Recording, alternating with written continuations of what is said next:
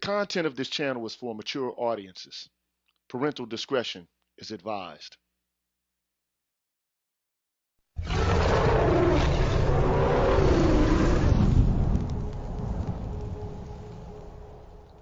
You're tuned in to the Green Gorilla channel. Please make sure to like the video, subscribe to the channel, and hit the bell notification button. And please, feel free to share the video. Thank you.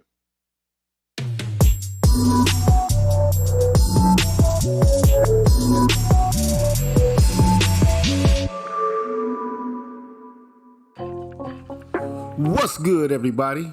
You know who I am, man. I'm GG, and you're tuned in to the Green Gorilla channel. It's the place where black men can express themselves freely, straight up. No chasers, man. And you know, before I get things started, man, I want to give a shout out to all the haters out there, man. I hope y'all good. What's happening? Hoping y'all passing a good evening. And if you haven't done so already, man, make sure you hit the like button, man. Subscribe to the channel. Hit the bell notification button also so you can stay abreast of what's cracking here on the Green Gorilla channel. You feel me?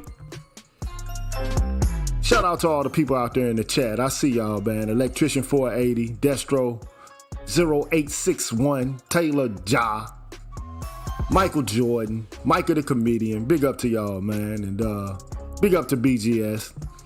But let me, like I always do, give a shout out to all the members of the Green Gorilla channel, people who help me to keep things going and growing. So, without further ado, I want to give a shout out to J. Cleveland Green, Sugar T, Artisan MC, Big Said 658, Nasiana, Kyle J. Sura, Brotherly Love 215, Kareem, Lord Hamal, and Troy Warren. Big up to y'all. Big up to Black Swerve 404, Jeff R, Mrs. KP Bailey, Cutting Up with the Jones, Show Me, Ricky Dawson, Alan Wiley, The Face, Lee Ways, Mantis on Break, and Electrician 480. Big up. Big up to Life of Commerce, Apex Prowler, Julius Ferguson, True 7360, J. Bino the Advocate, Herbert Lewis, D. Scott, Marvin Evans, A. Wilson's Ghost, Rogus Son, and L. Fry. Big up! Big up to Timothy Blewett, Jeffrey Speed, Marvin Battle Jr., Mark Holt, John J., the IDP Expressions, Afro Troop TV, Adam Tahuti, BGS Ibmore, and Ignat's Mouse. Big up! Big up to Brian Peaks, Papa Dida, Scott Haywood, Black Uru Strikes, Dr. Tree 33, Leroy Honeycutt, Broken Blade, Super Tech, 77 Base X, Brian McMurray, and K. Ron S. Big up!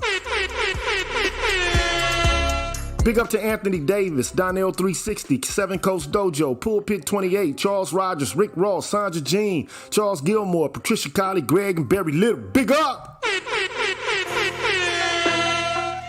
Big up to Mr. Valentino, Jason Hales, Black Men Being Brutally Honest, Cameron 87, Doc LaRock, Mark Swift, Odd Collar, Donna Watts, HipHop.ca TV, Coach DC, and Old Soul Chief. Big up!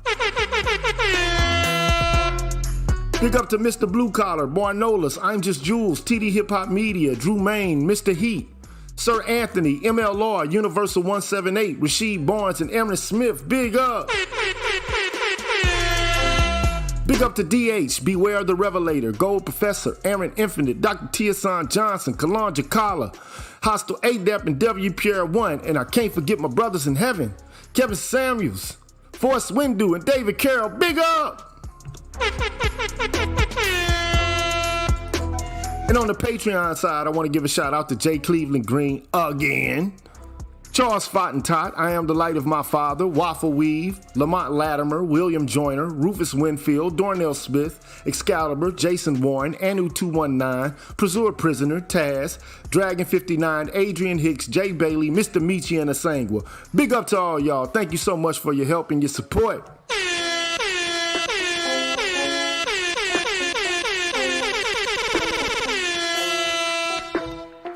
Y'all deserve a round of applause for the cause. Appreciate your help and your support, man. Straight up. Straight up. And if you're considering supporting the Green Gorilla channel as a member, here's how you do it, man. What's good, everybody? I'm the G with a PhD, and you're tuned in to the Green Gorilla channel, the place where black men can express themselves freely, straight up, no chaser. Today, I want to introduce you to my new membership program that consists of 5 levels where you can invest in the Green Gorilla channel on a monthly basis and receive level-specific perks. Memberships are special because they improve the quality of the content of the channel and will help me to be able to keep the channel going. Now, to participate in the Green Gorilla channel membership program, all you have to do is hit the join button, which is located right next to the subscribe button on my channel page. Now, for all of my subscribers who decide not to participate in my membership program, nothing will change. The content will keep coming the way it always has. Thanks for watching, and be careful out here, people. Bless.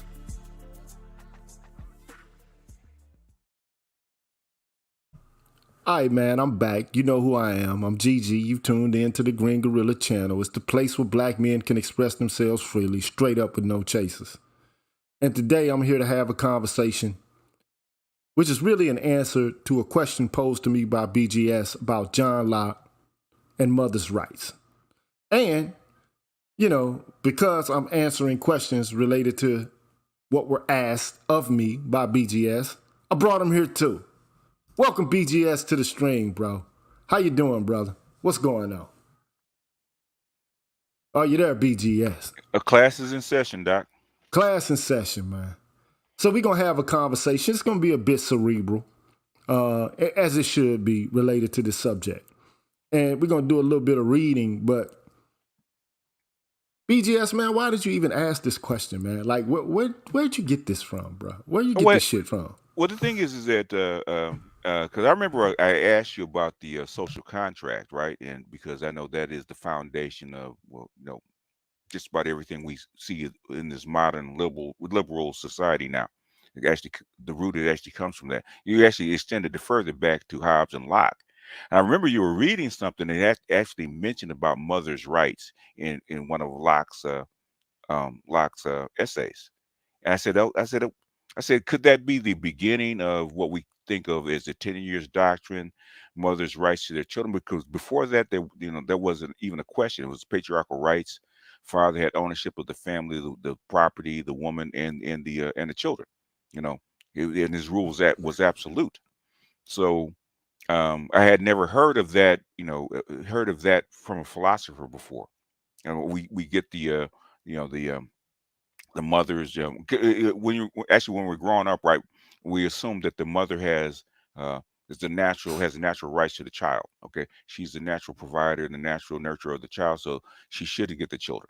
Okay, but the thing is, we don't learn in history that wasn't always the case, and women had to petition for those particular rights, and I had never heard of a philosopher or a theory where mothers would get the rights, right, and I don't know. Was there any mention of that before Locke, or was Locke the originator? I'm not quite sure. Well, you know, I'm not going to go so far as to say I have exhaustive knowledge about whether or not John Locke was the first. Mm-hmm. But in the Western philosophical tradition, he was among the first of persons to advocate for mother's rights. Okay. And not so much to advocate for mother's rights in the way that we perceive it. Okay.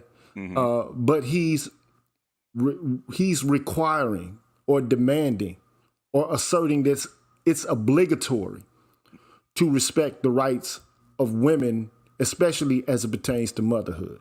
Okay.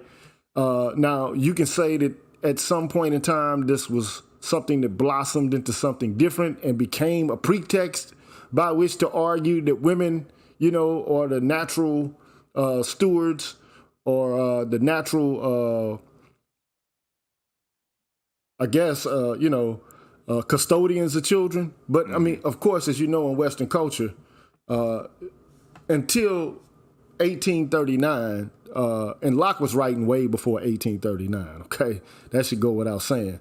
But I mean, for the most part, until 1839, men still, for the most part, maintained custody of children. It was perceived that men had the obligation to take care of, to provide for, and to protect children, okay? And not to say women didn't have a natural role to play, but in terms of law and in terms of, you know, obligations from society, it was the men who were considered to be the stewards and the custodians of children. And if a woman got divorced, 9 times out of 10, that children would naturally go to the man and not to the woman. Right. Which is what is contrary to what we, what we perceive, in our natural lives. I mean, as we grow up, because many of us grew up, and our mothers were the boss. Yes. I mean, it's what we know, okay? But in Western culture, that wasn't always the case. I tried to tell people, man, it was 1839 that the Custody of Infants Act was put into place, all right? That was the beginning of the ending of, familial patriarchy, where men actually ran the household and had stewardship over children. So at that time in 1839, there was a woman named Caroline Norton. I think I put this on one of your streams the other day. Right, last kind of week. Detailed like how that occurred. Okay, so up until the child was 7 years old, that woman could petition the court, pretty much like men do in family court today to get visitation. The woman could petition the court for custody of the child.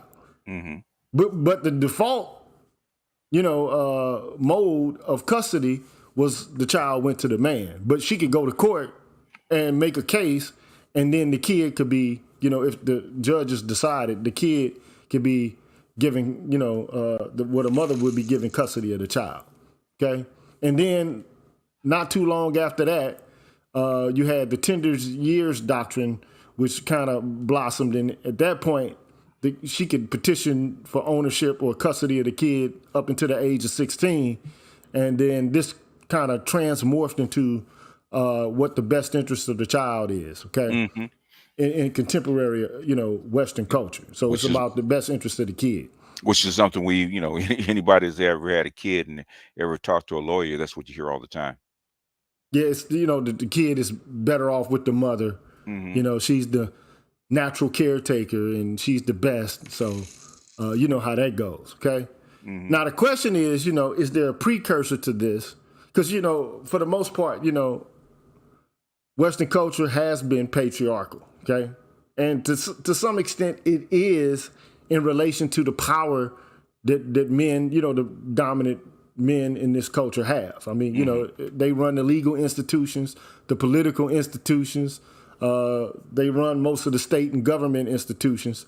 So, I mean, they run it, okay? I mean, they run the corporations for the most part. Now, when it comes to the family life, this has kind of changed a bit, okay?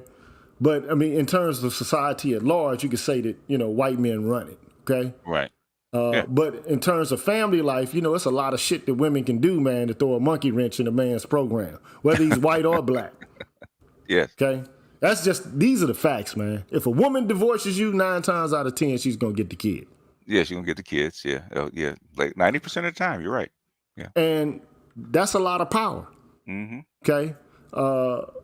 And at the same time, she could also get child support. She can get, if she was married to you, she gets alimony, potentially. And, any assets you have are going to be kind of split, right? And she could still be working, but you still got to pay these, you got to make these payments. Okay? Yeah, it used to be until she got remarried and actually put it underneath somebody else's contract. Yeah. You had to pay her.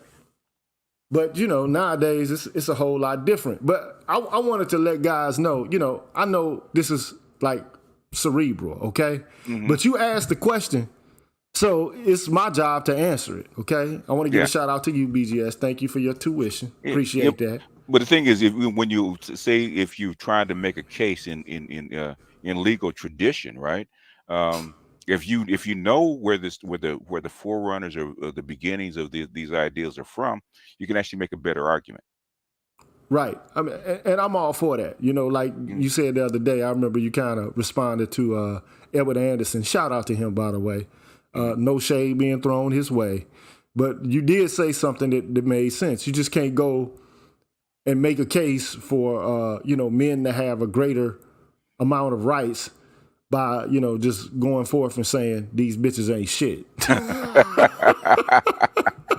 That's not a legal term, but that ain't gonna work. Okay, No, it's not gonna work. You know, not to say that you can't use rhetoric and have a harsh or an acerbic tone while you're doing it, but you're gonna have to be a little more sophisticated than, you know, just putting forth the idea that, you know, fuck these bitches.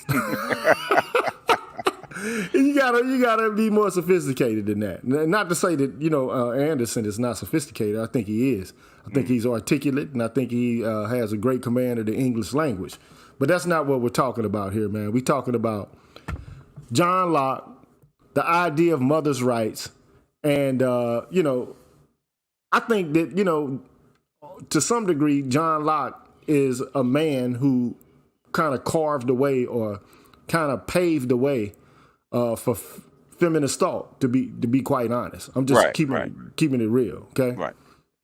So let's look at this document, man. I got a document here, and I'm gonna pull it up.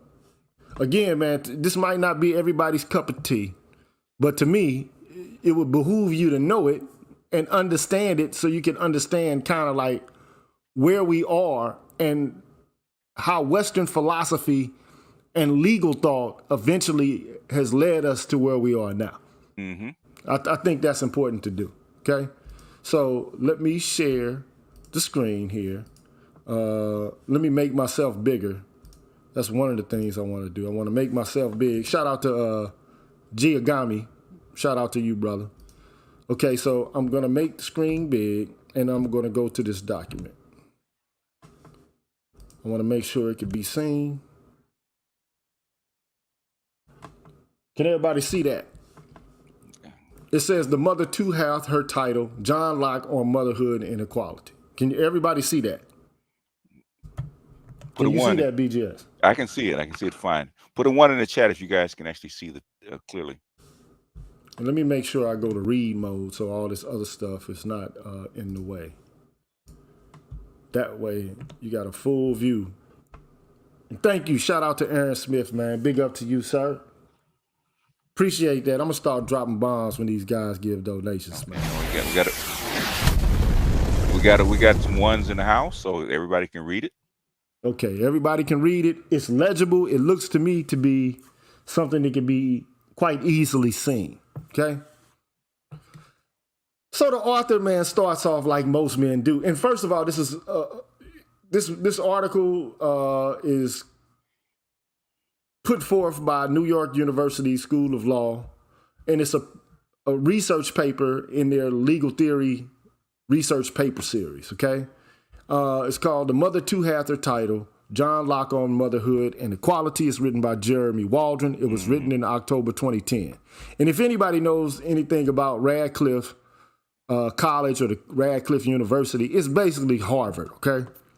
Okay. So people need to know that. This is not some rinky-dink, you know, some bullshit lecture, okay? This is a lecture for the most part that is associated with Harvard University, okay? Wasn't it a woman's Harvard before they made Harvard co-ed? I do believe that you are accurate about that. I think the men went to Harvard and women went to Radcliffe. So. Correct. I do believe that you're correct about that. Mm-hmm. Okay, I haven't done a great deal of research on Radcliffe, but I do believe that to be accurate, okay? Yeah. All right, shout out to J. Cleveland Green. Appreciate the donation, sir. Appreciate that. Give you a bomb here.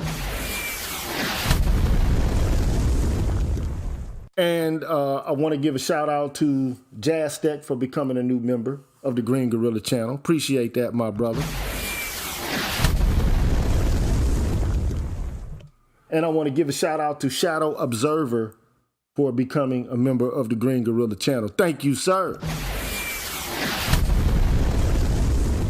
Appreciate the help and the support. That support goes a long way. If you like the content that you hear here on the Green Gorilla channel, support by either becoming a member, by making a donation with a super chat or a super sticker, make a Cash App donation, or you can thank the video later on as you watch it if you're watching the replay. So, and anyway, most men who write about issues related to women and injustice are going to start with a conciliatory statement, man. You know, like how bad sexism is, how it was wrong in the past, and, you know, so on and so forth. So that's what the first paragraph is, man.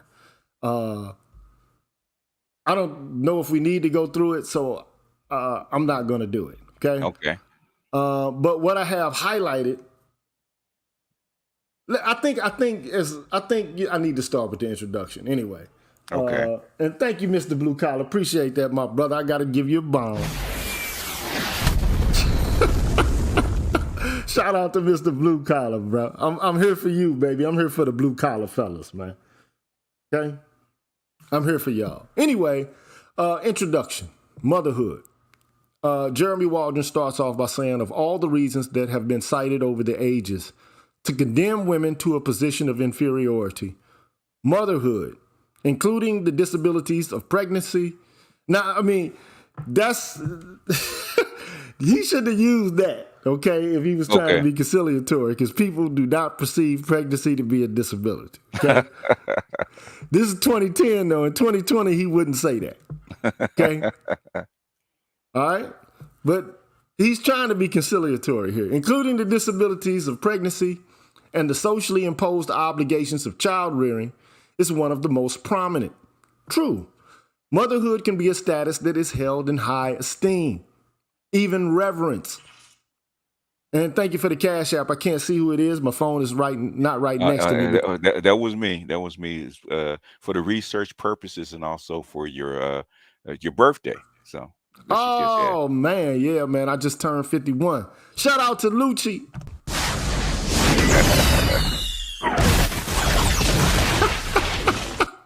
Yeah, man. I'm an OG.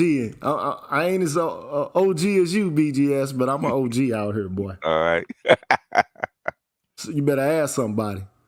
So, yeah, May 30th was my birthday. So thank you for the posthumous happy belated wishes. birthday. Yeah, happy wishes. Yeah, belated birthday gift. Yeah. Thank you, sir. Appreciate that. Anyway, he talks about how motherhood can be held in high esteem, even reverence. So there's the Order of Soviet Motherhood. There's the Blessed Virgin Mary and so on. But that esteem hardly ever generates affirmative consequences for political power or social authority. Well, not in our community, but, hey. Yeah. Nor does it make for equality in governance in families, let alone wider political communities. Again, not necessarily the case in our community. And I'm talking about the black community, ADOS or FBA specifically. Shout out to PK Angel, man. Thank you for the happy birthday wish. Appreciate that, brother. Appreciate that. On the contrary, when motherhood is mentioned, we should expect to see women relegated to a sphere in which any high esteem, according to this social and biological function, remains politically debilitating or inconsequential.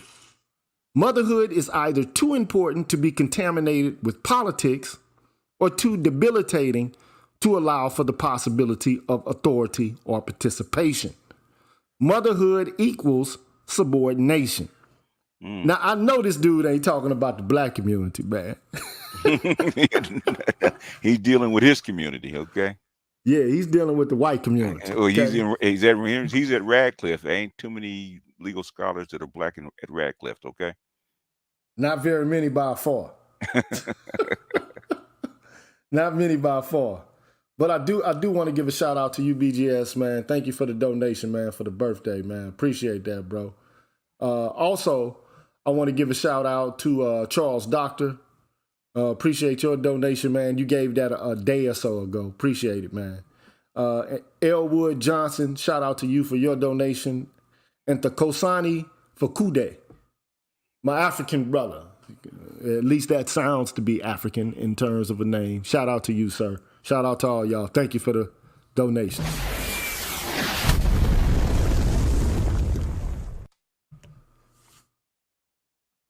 And J. Cleveland Green, thank you again, sir.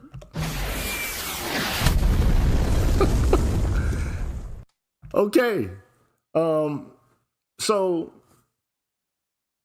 he goes on to say, the philosopher whose work I want to talk about today is an exception to this rule. Okay? It's an exception. Because for John Locke, who lived and wrote in England in the second half of the 17th century, if anybody, knows what the 17th century is, it's the 1600s, all right? Mm-hmm. Okay? Motherhood was not an obstacle, but the key to women's equality. So long as Locke talks simply of women and their comparative standing with men, his position on equality between the sexes is ambivalent.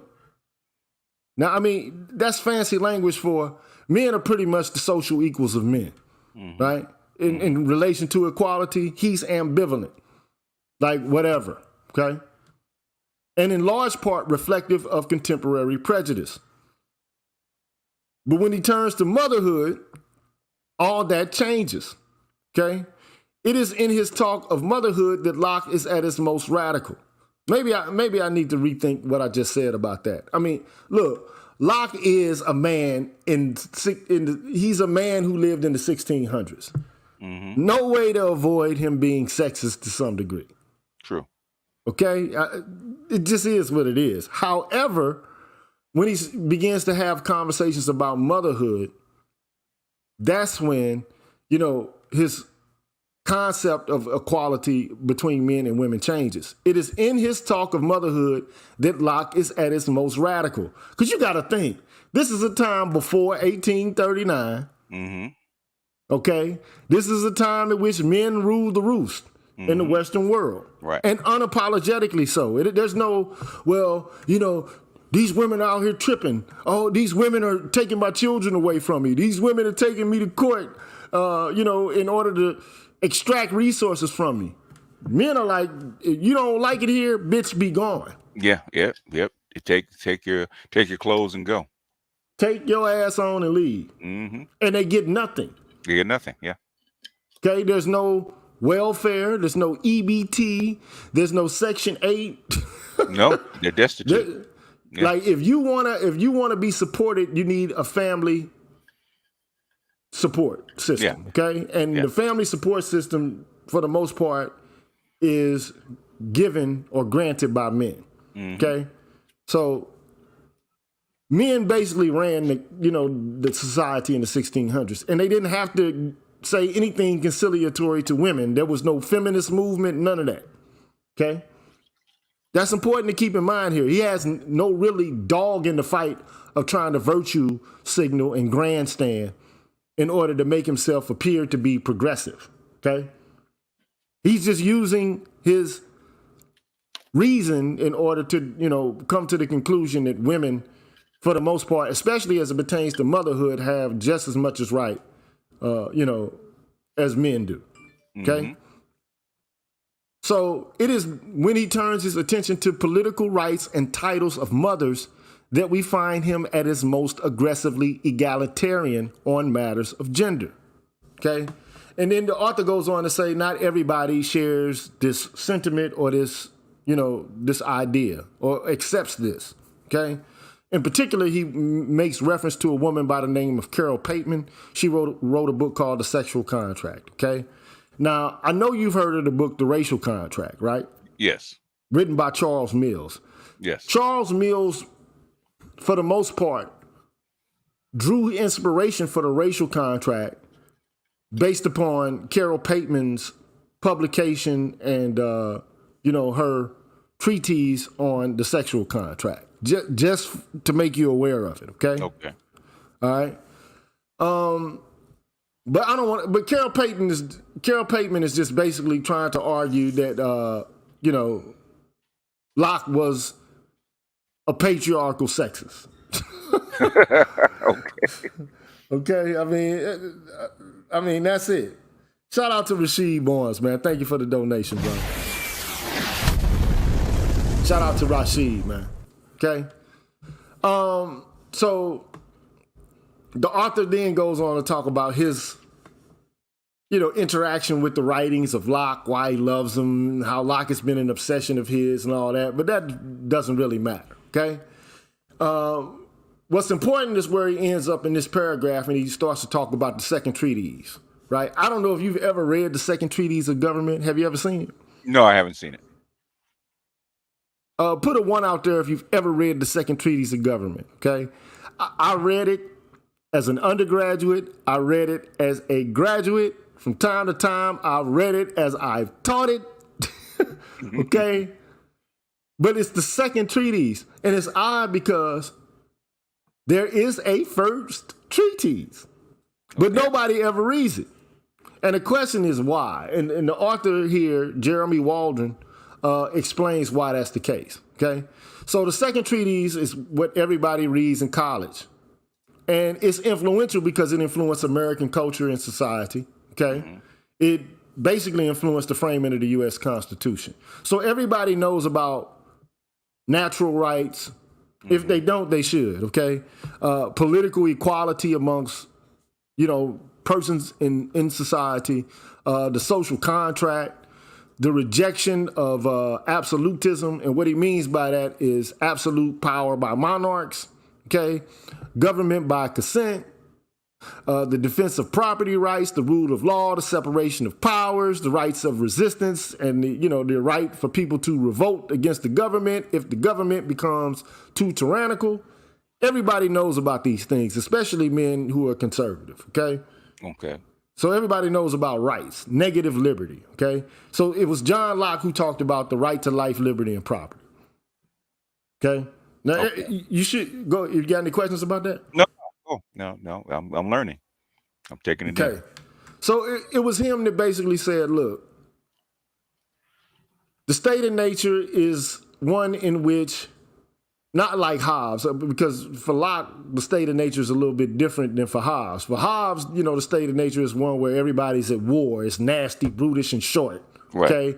And you agree to give up your natural rights to a Leviathan in order to procure safety. Right. Okay. But there is no idea that, you can revolt against the king once the contract is established. Okay. Not for Hobbes. Okay. But for Locke, that right remains intact. Okay. You can revolt against the government because you maintain a portion of your natural rights even when the sovereign is put into place. Okay. Okay. Makes sense.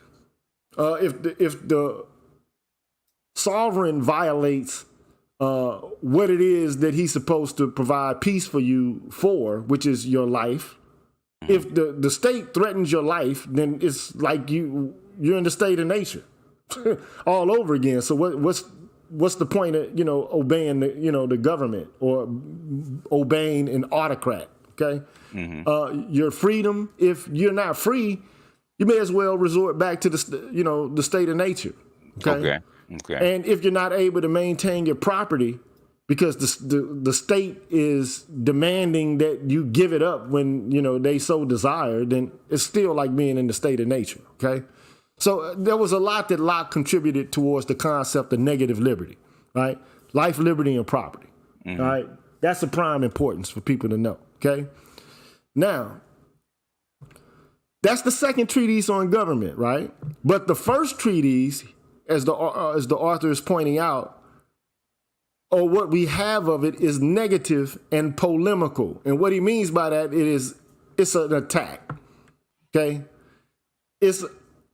And he says it's aimed at theories of the divine right of kings and at one particular theory, that of Robert Filmer.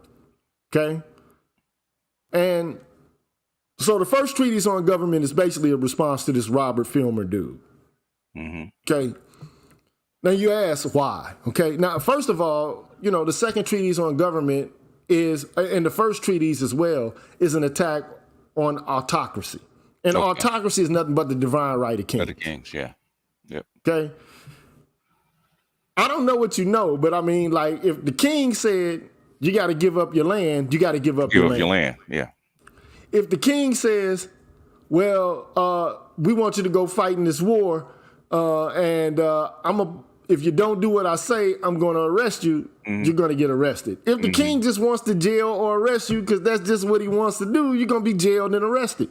Yeah. There's arbitrary. There's no mechanism to actually apply for that, even though that still does exist, like they call eminent domain, and the draft is still there. You have to go through a people's process to actually get to that. So there's an appeal. At least one could argue that this law was voted on by a representative government that places this demand on, a wide variety of citizens. Okay. At least when the draft was intact in America, okay? Everybody who was a male, who was 18, I think even 16 had to register for selective services. Right. Okay? But it's something that everybody was subjected to. I guess the king, if you're an autocrat, you can get anybody to fight and have others not fight at all. Right. But, the point is that the king does whatever the fuck he wants. Yeah. That's an autocrat. Yeah. And you're not free to resist against or to, make a claim against him. There is no claim that you can make against the king. Okay? So anyway, so who was Robert Filmer? He was basically a man who, of course, there's no separation of church and state at this time either. Okay, the church and the state are still wedded together. That's important also to understand. Okay, so Robert Filmer basically believed that if you study scripture, you would see that this whole concept of there being relative equality amongst people, that was false. Okay, and why?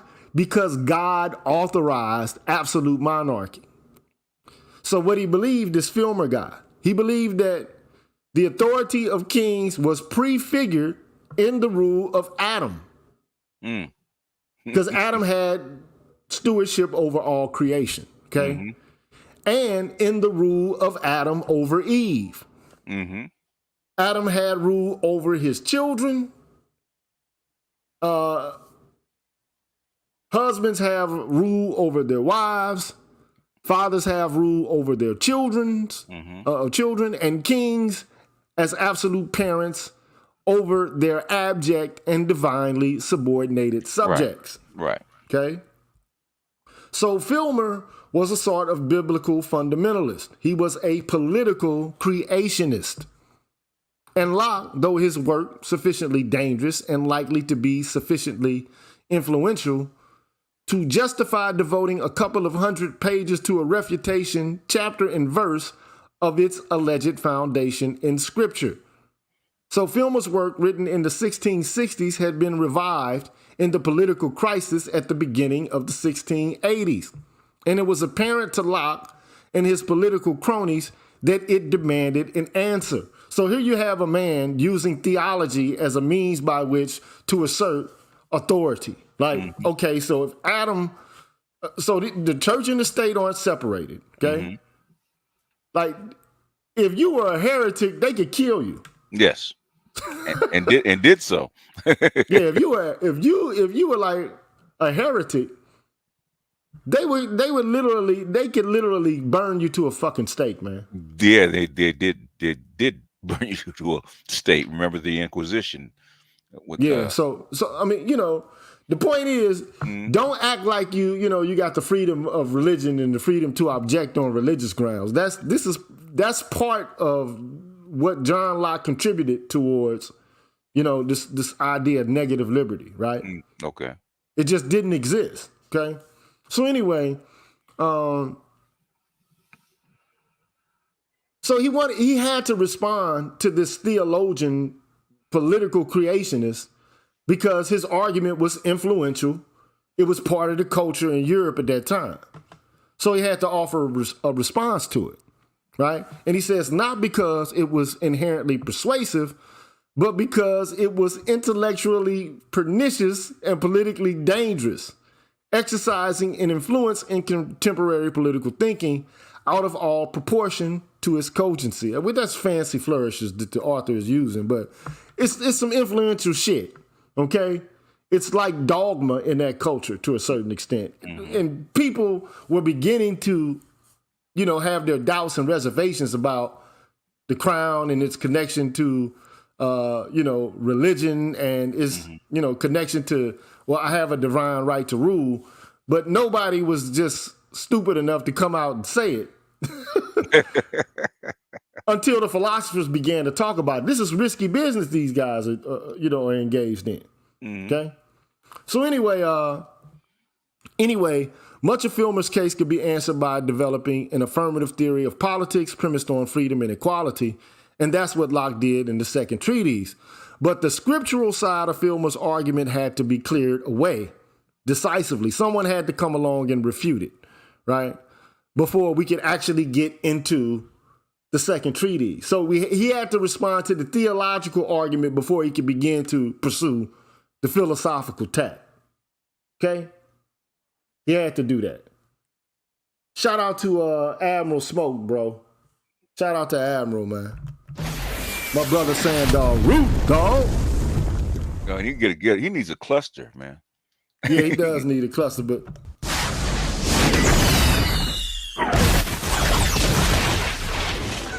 but Admiral dealing with a whole different kind of money, man. I have no understanding of what an AED is, man.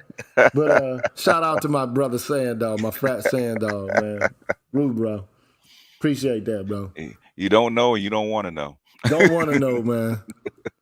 But shout out to you, dog. Rue. Okay, so anyway, so just understand that that's what Locke is doing in the first treatise, okay? So I'm not going to go over all of this shit that the author is talking about, okay?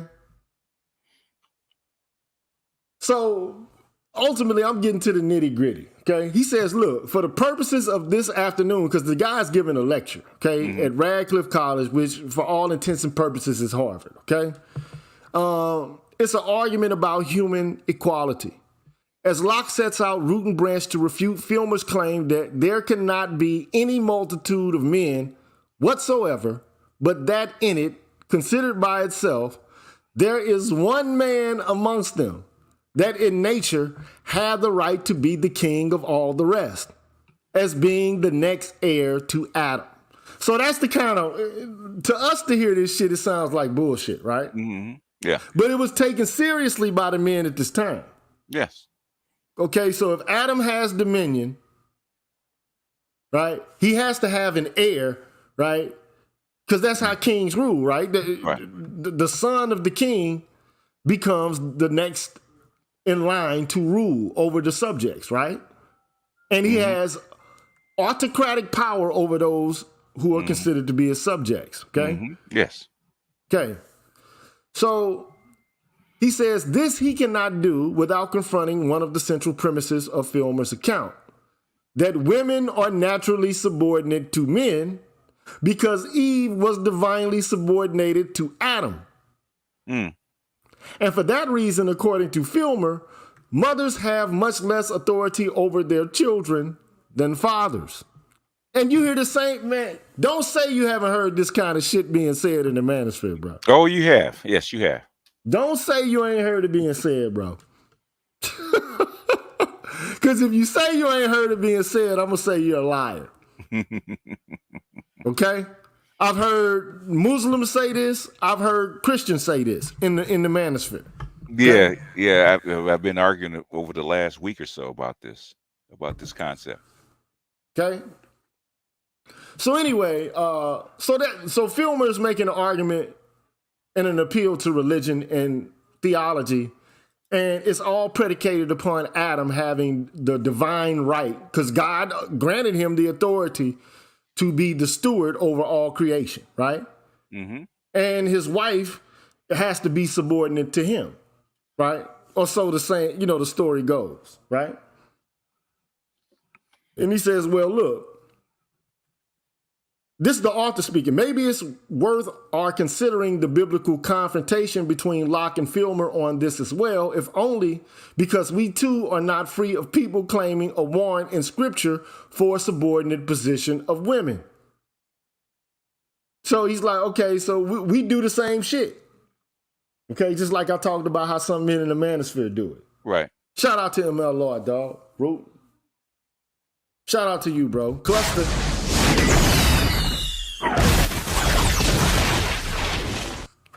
Hey, BGS, keep me in line, man. You know, tell me I got to give clusters when I'm supposed to, man. You know, I got a lot of shit going on. You know, I got this screen going, that screen going. Anything in red deserves a cluster. Okay. There you go. Shout out to you, brother ML Lord. Shout out. Okay, so basically, John Locke is getting into a theological argument with Robert Filmer. Okay? That's what he's about to do. Okay? And I'm going to skip some. The shit that I got highlighted to me is important. Okay? And he says, why Locke? I'm not going to go into all of that. Okay? Anyway, he says, look, the fact is that Locke's constitutional theory was part of the oxygen that fed the flames of the American Revolution and the founding of our Constitution. It may not have been foreground in the framers' writings as Montesquieu was. I don't know if you have ever heard of Montesquieu. No, okay. No, we have not. But we have now. He was another Enlightenment thinker who basically helped to frame, you know, the whole concept of freedom and the development of, you know, the Constitution, okay, and the framing of the way American society is set out, okay? Checks and balances, separation of powers. He had a deep influence on, you know, the framers and how they wrote the Constitution, okay? Okay. But he also says, but Locke's political philosophy was deep in the background, deep and persuasive background. And you can, in fact, see his influence sometimes word for word, as when Jefferson talked in the Declaration of Independence about a long train of abuses and using exactly the same phraseology that Locke used in his chapters on revolution 90 years earlier, and also very closely in the language which opened in the 1776 Declaration of Independence. We hold these truths to be self-evident that all men are created equal, that they are all endowed by their creator with certain unalienable rights. Okay? Mm-hmm. So we know this language, okay? And Locke is part of the reason why the language is expressed the way that it is. All men are created equal. That's Locke's claim. And that's the way Thomas Jefferson frames or, you know, phrases this concept, right, of equality. Mm-hmm. But what does it mean? And this is the author, Jeremy Waldron, speaking. What do we mean, all men? Do we mean all males? All members of the human species? Now, apparently, you know, like Carol Pateman is going to say no. Okay? Charles Mills is going to say no. Okay.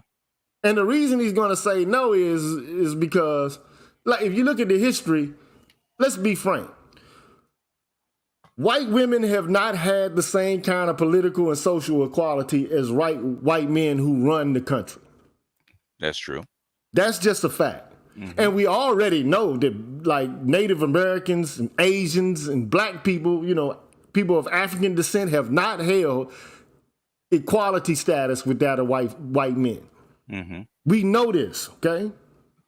Now, I will go so far as to say, though, that white men are not all basically able to enjoy the same kind of social privileges as all other white men, especially white men at the top of the food chain or at the top of the so-called dominance hierarchy.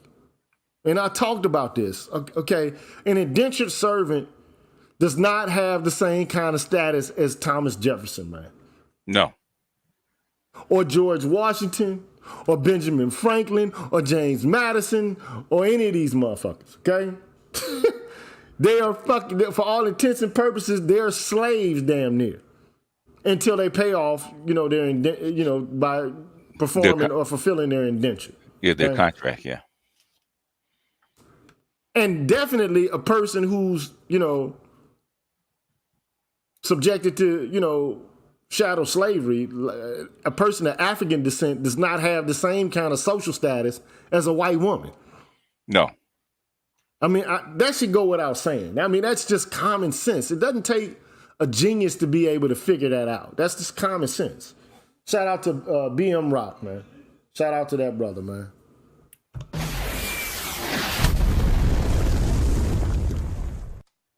Shout out to that brother, man. Okay?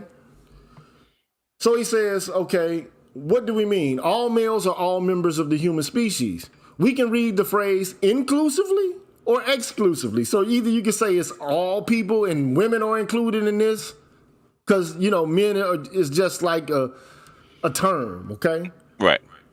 Or either it can be perceived or be read exclusively with respect to race and respect to sex. Mm-hmm. This choice of readings has been a key of contention in the official political philosophy of the United States. Okay? So, of course, Carol Pateman, she wrote the book, The Sexual Contract, okay? He says, I mentioned Carol Pateman's book, The Sexual Contract, which argued that Locke, like most writers in the liberal canon, intended the exclusive reading of men, all men, okay? And this is what Pateman says. Women are excluded from the status of individual in the natural condition. Locke argues that the attributes of individuals are sexually differentiated. Only men naturally have the characteristics of free and equal beings. Women are naturally subordinate to men. Women are not free and equal individuals, but natural subjects. She assumes that when Locke talks of this equality of men by nature, he must mean men in the narrower or the exclusive sense. Okay? So that's Carol Pateman and her interpretation of all men by nature are created equal. Okay? Now, the author, Jeremy Waldron, is going to say, not so fast. Right?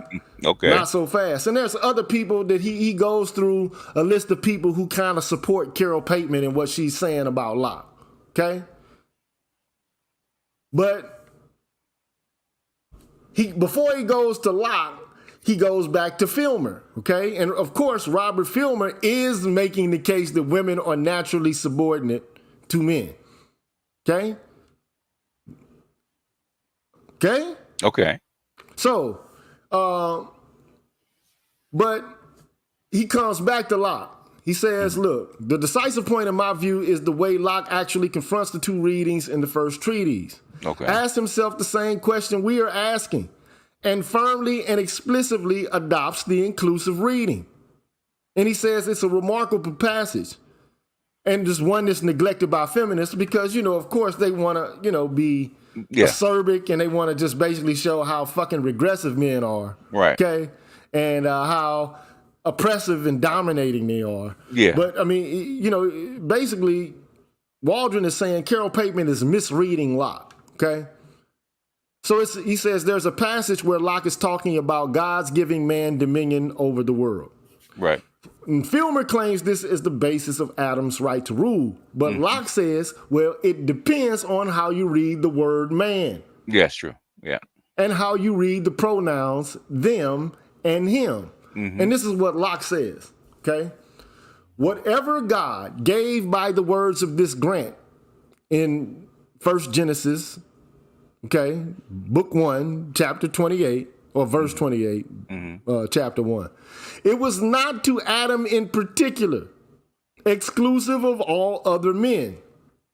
Whatever dominion he had thereby, it was a dominion in common with the rest of mankind. So first of all, you see that Adam doesn't have dominion over all other men. Okay? Yeah, yeah. But it was something that God granted to all men in common. In common, yeah. Okay? That this donation was not made in particular to Adam appears evidently from the words of the text, it being made to more than one. For it was spoken in the plural number. God bless them and said unto them, have dominion. He didn't say, Adam, you have dominion. No, he didn't. Okay? God says unto Adam and Eve, have dominion. Mm-hmm. Thereby, says Filmer, Adam was monarch of the world. But the grant being to them, that is, spoke to Eve also. As many interpreters think with reason, that these words were not spoken till Adam had his wife.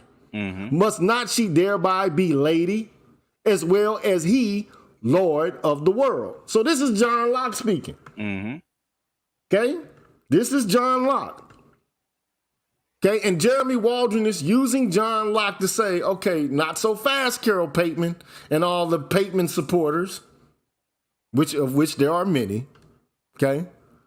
Not so fast. And then Waldron goes on to say, again, in case there is any doubt, in another section, here is what Locke says.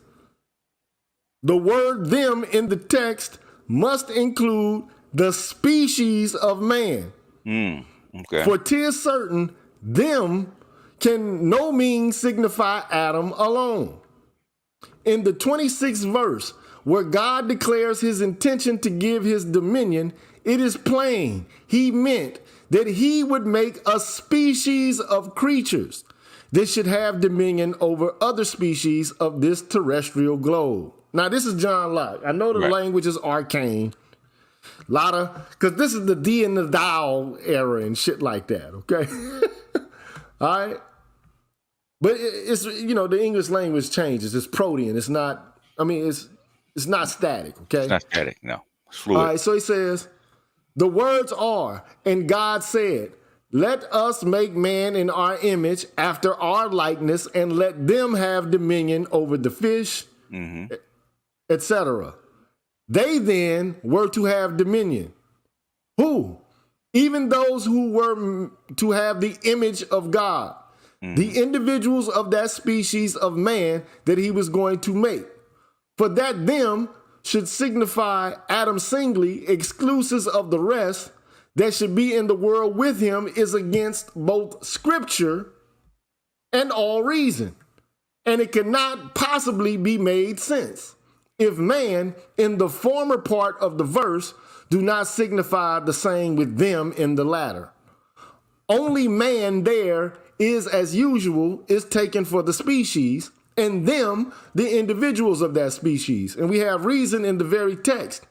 God makes him in his own image after his own likeness, makes him an intellectual creature and capable of not domination, but dominion. For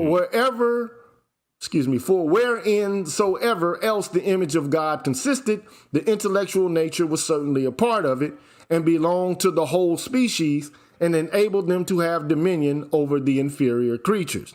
Now, of course, let's just not bullshit here and say that women weren't subjected to oppression by the average white person, man, at this time. Right. And let's not say that, this actually applied to people from other races, okay? Or other ethnicities, other nationalities, however you want to define otherness, okay? Because we already know that people of African descent were considered to be flora and fauna. Yes. Okay? Yeah. You're like a damn chicken or a cow or a pig. You're a beast of burden. A beast of burden, yeah. Yep. So Beretta 44, shout out to that brother, man. Thank you for your donation, sir. He says, look, Hobbes, Nietzsche, Locke, Aquinas, I read all these philosophers in college 30 years ago. Hard to consume in the beginning, but as time goes on, the neuron really begins to fire in the mind. Yeah. You have to make the connections. That's the thing about it. You have to connect it to something. That's what I've learned. Hey, look, man, the shit you think does not come out of nothing, man. There's a tradition that contributes to the viewpoints that you take as natural. Yeah. Point blank. And all we're doing is going over it, man. Okay, now, to be quite frank, if you're college educated and you don't have any contact with Western philosophy, then I'm here to tell you your fucking education was not a holistic one. It was not, you weren't given what you were supposed to be given, okay? But there are some universities and colleges that kind of move past the humanities. And I think that works to the detriment of the student. Because, you're supposed to know how the politics and, the kind of social thinking, what led to it. what you take to be, you know, true by default. You need to learn the origin of this shit, okay? But that's just my opinion, man. Anyway. Well, it keeps popping up in law, like when you try to read a Supreme Court decision, right? All this stuff is based on what you're talking about. You know, it's arcane. If you don't know this stuff, then it's arcane. It's like, okay, what the hell? What is this tradition? Where do these terms come from? So, right. So anyway, I mean, so just getting it out of the way, it ain't about one man. So Filmer is saying that it's all about one man, okay? But Locke is saying it's not just about one man, it's about the entire human species. You understand? Yeah. Okay. Mankind. Right. Mankind. Yeah, instead of a single gender or sex. Okay. So then he goes on to say, what is the evidence on the other side? So there's the abler and the stronger argument, and Locke does make this argument, okay? So what is this? Okay, I'm just going to read from the text. So what's the evidence on the other side? The most damning evidence that Pateman and others cite are Locke's remarks, again, quite explicit about domination in marriage. It's a passage from the second treatise, though there are hints of it too in the first treatise. Locke is talking about marriage, which he understands as a contractual relationship devoted to the nourishment and upbringing of children. It's a relationship which is necessary, he says, because the mother of a young child is capable of conceiving and is commonly with child again long before the former is out of a dependency for support on his parents' help. Whereby the father, who is bound to take care of those who he hath begot, is under an obligation to continue in conjugal society with the same woman longer than other creatures whose young are able to subsist of themselves before the time of procreation returns again. Okay? Now, this seems weird to us, but think about this shit. You don't have a support system of welfare. You don't have Section 8. You don't have child health insurance programs. If a child is going to be cared for, it's typically going to be the father who ensures that the kid has the sort of things that he needs. Right. Not to say that women don't work as well, because women also are required to contribute towards the upkeep of the household. Right. And we're talking about pre-industrial culture, but I mean, at this point in time, you know, the Industrial Revolution is beginning to form, okay? Yeah. However, it's important for people to understand the father was on the hook to take care of women. Yeah. Yep. So the man is the welfare state. Yes. The man is the EBT card. The man is the police. Yes. So we're talking about before the advent of bureaucracies and institutions that are, you know, one could argue have replaced men in contemporary American or Western culture in general. All right. So the art is, I mean, this is Western culture's way of saying these kids got to be taken care of. Who the fuck is going to provide for them? Because the woman is going to be in a vulnerable state while she's pregnant, and she could get pregnant again, and she's going to have to, they didn't have like a whole bunch of damn schools for, you know, compulsory education for all kids in the fucking 1600s either. You didn't have a public school system. No, you did not. So it wasn't a place for the kids to go for 8 hours while mom went out and fucked the pool boy. Okay, I mean, you get what I'm saying. Okay, so if the kid was going to be, and most kids weren't educated, you know, I mean, most of these people probably couldn't read or write. Like 90%. Okay, so no compulsory education, no social welfare net, none of this. Okay, men were required to stand up and take care of kids. Okay, shout out to 77 Base X. He says men of that time had to get it out of the mud. No WIC vouchers. You said that right. If you didn't work, you didn't eat. Okay. If you ain't work, you ain't eat. You ain't work. And You even eat. if you did work, the king could come take the shit you did. Well, you took Work half. for. He took half. Okay? He took half, and the Sunday was Sabbath. Okay, so you split it right down the middle with the king. Okay. So the author says so far so good. But then Locke goes on to say this about what happens when there's a disagreement in a marriage. Because if you got two people in a fucking decision-making process, who the fuck's, if there's a disagreement and a decision has to be made, of course an action has to take place, who's going to be the person to arbitrate and to make the final decision? Mm-hmm. I mean, somebody's got to make the decision if something has to occur. If y'all are not in agreement, who's going to get the fucking right to make the choice? Who has the final hammer? And this is a major point of contention in relationships between people. I don't want to do this. Well, I don't want to do that shit. Well, I want it this way. Well, I don't want it that way. And it's a point of contention for a lot of couples, okay? Who gets the last word? And this is what Locke has to say about it. The husband and wife, though they have but one common concern, or should, but ultimately I think what Locke is arguing is that they have the concern of making sure that their children are reared to adulthood. Okay? Mm-hmm.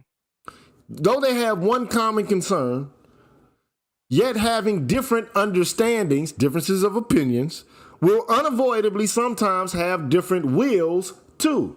Mm-hmm. This is what I want. This is what I will. This is what I will. Okay? They might come into conflict. Okay? Mm-hmm.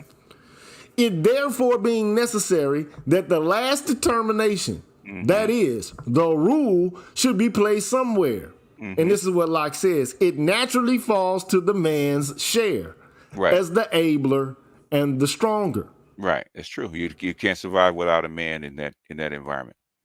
Now, of course, Waldron is trying to be an apologist or a defender of Locke's egalitarianism as it pertains to women. This seems to be damning evidence against Locke. Here it is, in plain writing. The husband rules the roost as it pertains to decision making. He's the final arbiter of decision making, okay? In plain language. So the author says there's the damage to the egalitarian position. It is what some woman by the name of Lorraine Clark calls Locke's fundamental sexism, prominently and explicitly on display. But here's Waldron's retort. Never mind that he goes on immediately to mitigate what he has said about the husband's decisional authority. So he says, well, I got to explain myself here. Okay?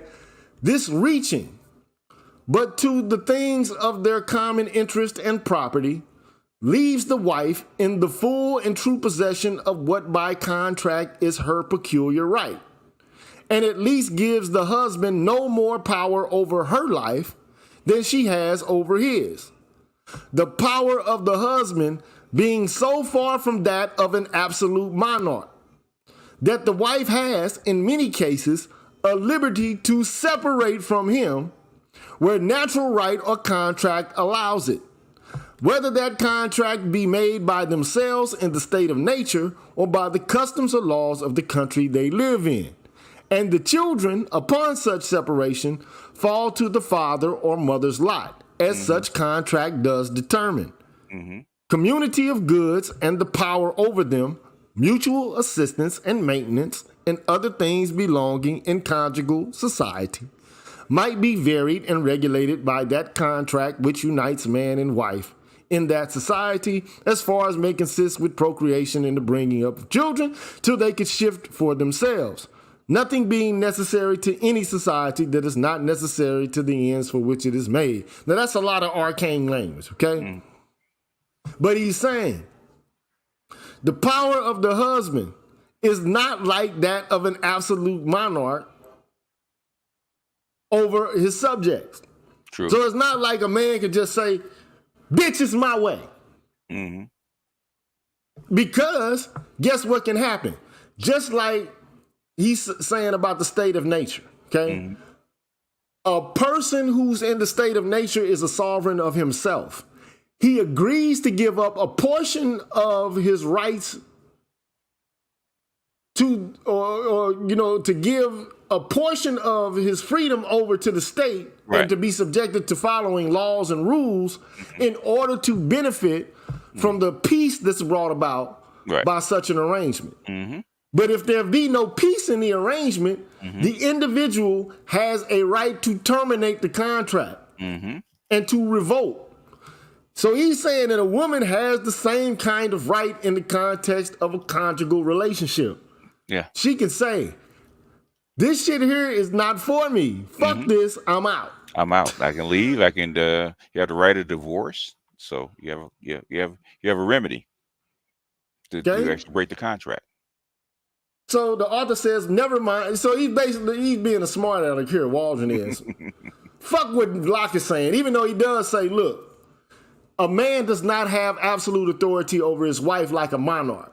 Because first of all, he's trying to say that monarchs don't have absolute authority over the subjects anyway. Right. Okay?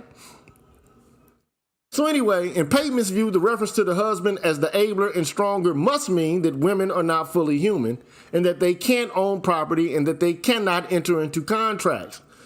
Well, I mean, Locke is saying, well, there are contracts that women can get out of, namely the conjugal contract, the marriage contract.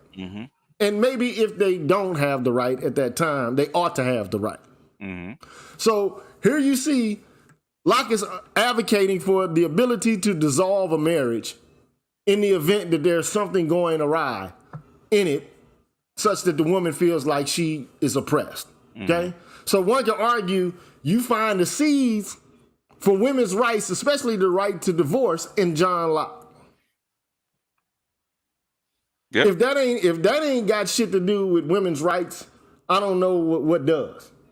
Okay? And nobody at this time has to come out and do anything for women or to, promote any kind of rights for women at all. Okay? No grandstanding or virtue signaling would even matter at the time. You understand what I'm saying? Okay. So you still with me, BGS? Yeah, I'm still here. Yeah, I'm with you. Yeah. In mind and spirit. No, because the even in the Christian Bible, the right of divorce is amongst the some of the earliest writings. The right of divorce, even in the Old Testament, the right of divorce is there for cruelty and other such things. A woman has a right to divorce her husband. So it's been there. So anyway, but there still is this idea that the abler and stronger gets to make the final choice. Okay. Yeah. So, but he qualifies that, right? So anyway, he goes on to say, in Pateman's view, the reference to the husband as the abler and stronger must mean that women are not fully human and that they cannot own property and that they cannot enter into contracts and they're not fundamentally equals of other human beings. And the whole point of the social contract is to subordinate them. That's the Pateman thesis. Oh, it's the same sort of thing that Charles Mills says about the racial contract. It's actually a contract to subordinate different races of persons, okay? Again, the racial contract is predicated upon Carol Pateman's sexual contract, okay? So he kind of uses her kind of argumentation, okay? Any evidence to the contrary, like the great passage from the first treatise about the image of God applying to Eve as well as Adam, is dismissed or ignored. At best, it is Locke trying to fool us, just like Jefferson tried to fool us about this disingenuous talk of human equality. And a small digression. And this is what I've been saying thus far. Why would Locke have wanted to fool anyone? Why engage in such an elaborate charade? There was no particular incentive of political correctness in the 1680s. Yes. No, there wasn't. On the contrary, I suspect that in his time, a costume of respect for gender equality would cause him more trouble than the patriarchalism he was supposed to be trying to disguise. So in other words, it probably was doing him, he probably would be looked at with a side eye for saying the sort of shit he is, as opposed to saying something that's gender, True. sensitive or something. Yeah, he'd be considered a simp. Precisely. Right? But if Locke were in favor of denying that women qualified as men for the sake of basic political equality, why wouldn't he just come out and say it? Yeah. Because he very well could have said it. Yeah, okay? It was in keeping with the times. And many men did come out and say it. So you got this one guy, Samuel Pufendorf, who he refers to, and he says, the states have certainly been formed by men, not women, and this is why the right of the father prevails. Locke had a friend, his name is James Terrell, and when he attacked Filmer, he said, women are commonly unfit for civil business, and there never was any government where all the promiscuous rabble of women and children had votes, as being not capable of it. So there are contemporaries of his who have said women don't have like the capacity to exist within the context of civil society. But Locke is making something in terms of an argument that's the converse of what they're saying, the inverse, okay? So I'm just going to start reading the shit this highlighted. Okay. So far as marriage is concerned, it operates like a tiebreaker. And this is what the author thinks Locke is implying. Like if a decision has to be made, somebody has to have a tiebreaker, right? There has to be a final word in marriage. And so a marginal difference in ability and strength will do. If, and this is important, no contrary arrangement has been made between husband and wife, as often happens in the two treatises, Locke is being purely defensive here, rebutting the charge that his fundamental egalitarianism undermines all structures of decision and order. Okay. So he has to be able to say, look, egalitarianism has to be based upon decision-making capacities. It can't just be willy-nilly bullshit, anything goes. So there has to be some sort of order here. So he might have been, the author is saying here that he has to make it at least appear that the kind of arguments he's making in order to throw off the yoke of autocracy and divine right authority, that we're not just, descending into chaos by doing so, okay? And he's just doing, this is an analogous argument by means of the microcosm to the macro. So there has to be a final word. Even within the government, there has to be a final word, okay? Even in a representative democracy, there has to be a final word, okay? So even with two people, there has to be a final word, right? Then he goes on to say there's certainly no reason to leverage this inconsiderable doctrine about husbands into a general denial of basic human equality, blah, blah, blah. But this is what Locke goes on to say, okay? Though I have said above that all men by nature are equal, I cannot be supposed to understand all sorts of equality. And this is just a fact of the world, man. Yeah. Age or virtue may give men a just precedency, right? Excellency of parts and merit may place others above the common level. That's true. Birth may subject some, and alliance or benefits others, to pay an observance to those to whom nature, gratitude, or other respects may have made it due. And yet all this consists with the equality which all men are in. So, I mean, there's not actual equality, but there's a norm, a value of equality that's supposed to exist. Even though I might be, it'll go on. It'll go into more detail. And Locke himself, I think, will be the one who teases it out, okay? Which all men are in respect of jurisdiction or dominion one over another, which was the equality I there spoke of, being that equal right that every man have to his natural freedom without being subjected to the will or authority of any other man. So there it is. You see that? Do you get that? Yeah, I get it. Yeah. Right? Every man has a right to natural freedom, even though another man may be stronger than him. Yeah. Yeah. Okay? Even though another person may be smarter than him. Right. Although another person may have greater networks or a station than he does, there still is this concept of people, you know, being in possession of their natural liberty. Okay? And that I don't have to just bow down to any other man.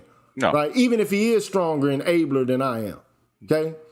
So, and then the author brings this out. The greater natural strength of men cannot possibly deprive women of their basic title to equality, for the difference in strength between the husband and wife in any given marriage is certainly much smaller than the differences we are likely to find among males in the world. All of whom were admitted by this doctrine and conceded by Locke's feminist opponents as fundamentally one another's equals in his system. Many men are abler and stronger than many other men, but that doesn't detract from their basic status as one another's equals. So, in other words, I mean, it's a lot of like, okay, who's a strong man? Oh, a strong Fucking man. Lou Ferrigno, I mean, back in the day, Lee Haney, Arnold Schwarzenegger. I mean, these men are stronger. But it doesn't mean that they have a right to make decisions for me and they take away my natural freedom on account of them being stronger than me. No, no. Basically, you just like any other leader or system, you following that person or behind that person for some kind of gain. Even if the person's stronger, right? He can protect you. You follow if a guy's bigger and stronger out in nature, he can fight off beasts or lions or whatever better. So you naturally, it's actually better to be with him or to follow him than be by yourself. So you actually give up a certain part of your liberty for the gain that you would get by being with that or associated with a group of men. Same thing with women. Okay, if women can survive by themselves and take care of their offspring by themselves, why would they be with men? Okay, but they give up a certain portion of their autonomy in the structure to get that kind of protection. I would agree with that. And then not only that, I mean, look, if they don't like it, they can remove themselves from it. They can leave. They can leave. Yeah, they can leave and get out completely out of the system. Move out into the woods where nobody will bother them. And so the old witches, the story of the old witches and the old widows or the old spinsters out in the middle of the woods trying to make a living by themselves, nobody bothered them. Left them alone. So at any rate, women can own property according to Locke. They can enter into contracts according to Locke, and they can exit contracts according to Locke, or ought to be able to. Okay, so he is. So to answer your question, I think that Locke is, to some degree, an individual who paved the way for arguments that advocate for the political and social equality of women just as much as men. I think that, you know, this article kind of demonstrates that pretty conclusively as far as I'm concerned. Yeah, he talks about like what happens if there's a stalemate in a relationship, that it should fall on the man. But if the woman doesn't like it, she can fucking exit. Yeah, she can. She doesn't have to be part of the system. She can say, dude, I don't like your program. Fuck you, I'm out. I'm out. Yeah, got to go make your living by yourself or go back to your father's house. Bam. So, I mean, you know, so to answer your question, yes, one could argue Locke is, especially during his time, he is an avant-garde egalitarian and he promotes women's rights. I think so. Now, the question is, what do you think, men? That's the question. Do you think you should have the final choice? Or do you think that, you know, a woman should have the final choice? Or is there any final choice? I mean, when you got two people, somebody's got to make the choice. That's just the way the shit goes. But what men, I think, in this culture are having a problem with is that women are having the ability to have the final say by default. And this is what fucks me up about, the arguments against patriarchy. It's like, okay, well, I don't like patriarchy. It creates domination. It creates a situation. I don't know what you know about domination, okay? But to me, damn, my fucking mouse just went out. Fucking sucks, man. You got to go get a battery? I don't even have a battery here, man. What? I took a chance and fucking decided to go with it, man. I don't know, let me turn it off and turn it back on. These batteries are relatively new, though. They can't be. Yeah, it's got to be something. Try to move the battery. Try to open it up and move it around and see if you can get it working. You son of a bitch. Okay, there we go. We're connected again. Anyway, right. I'm glad I at least moved off of the. I moved off the screen I was on. Okay. So look, here's the deal. Mm-hmm. I think women have like absolute domination over family life at the current moment. Now, you can call it fair or unfair, but I just think that that's what they do now. And Money Cash says, I think you guys are attributing way too much egalitarianism in the form of women's rights to Locke. Patriarch was alive and well throughout Locke's time period. We're not saying that it wasn't. What we're saying is the initial argument is coming from Locke.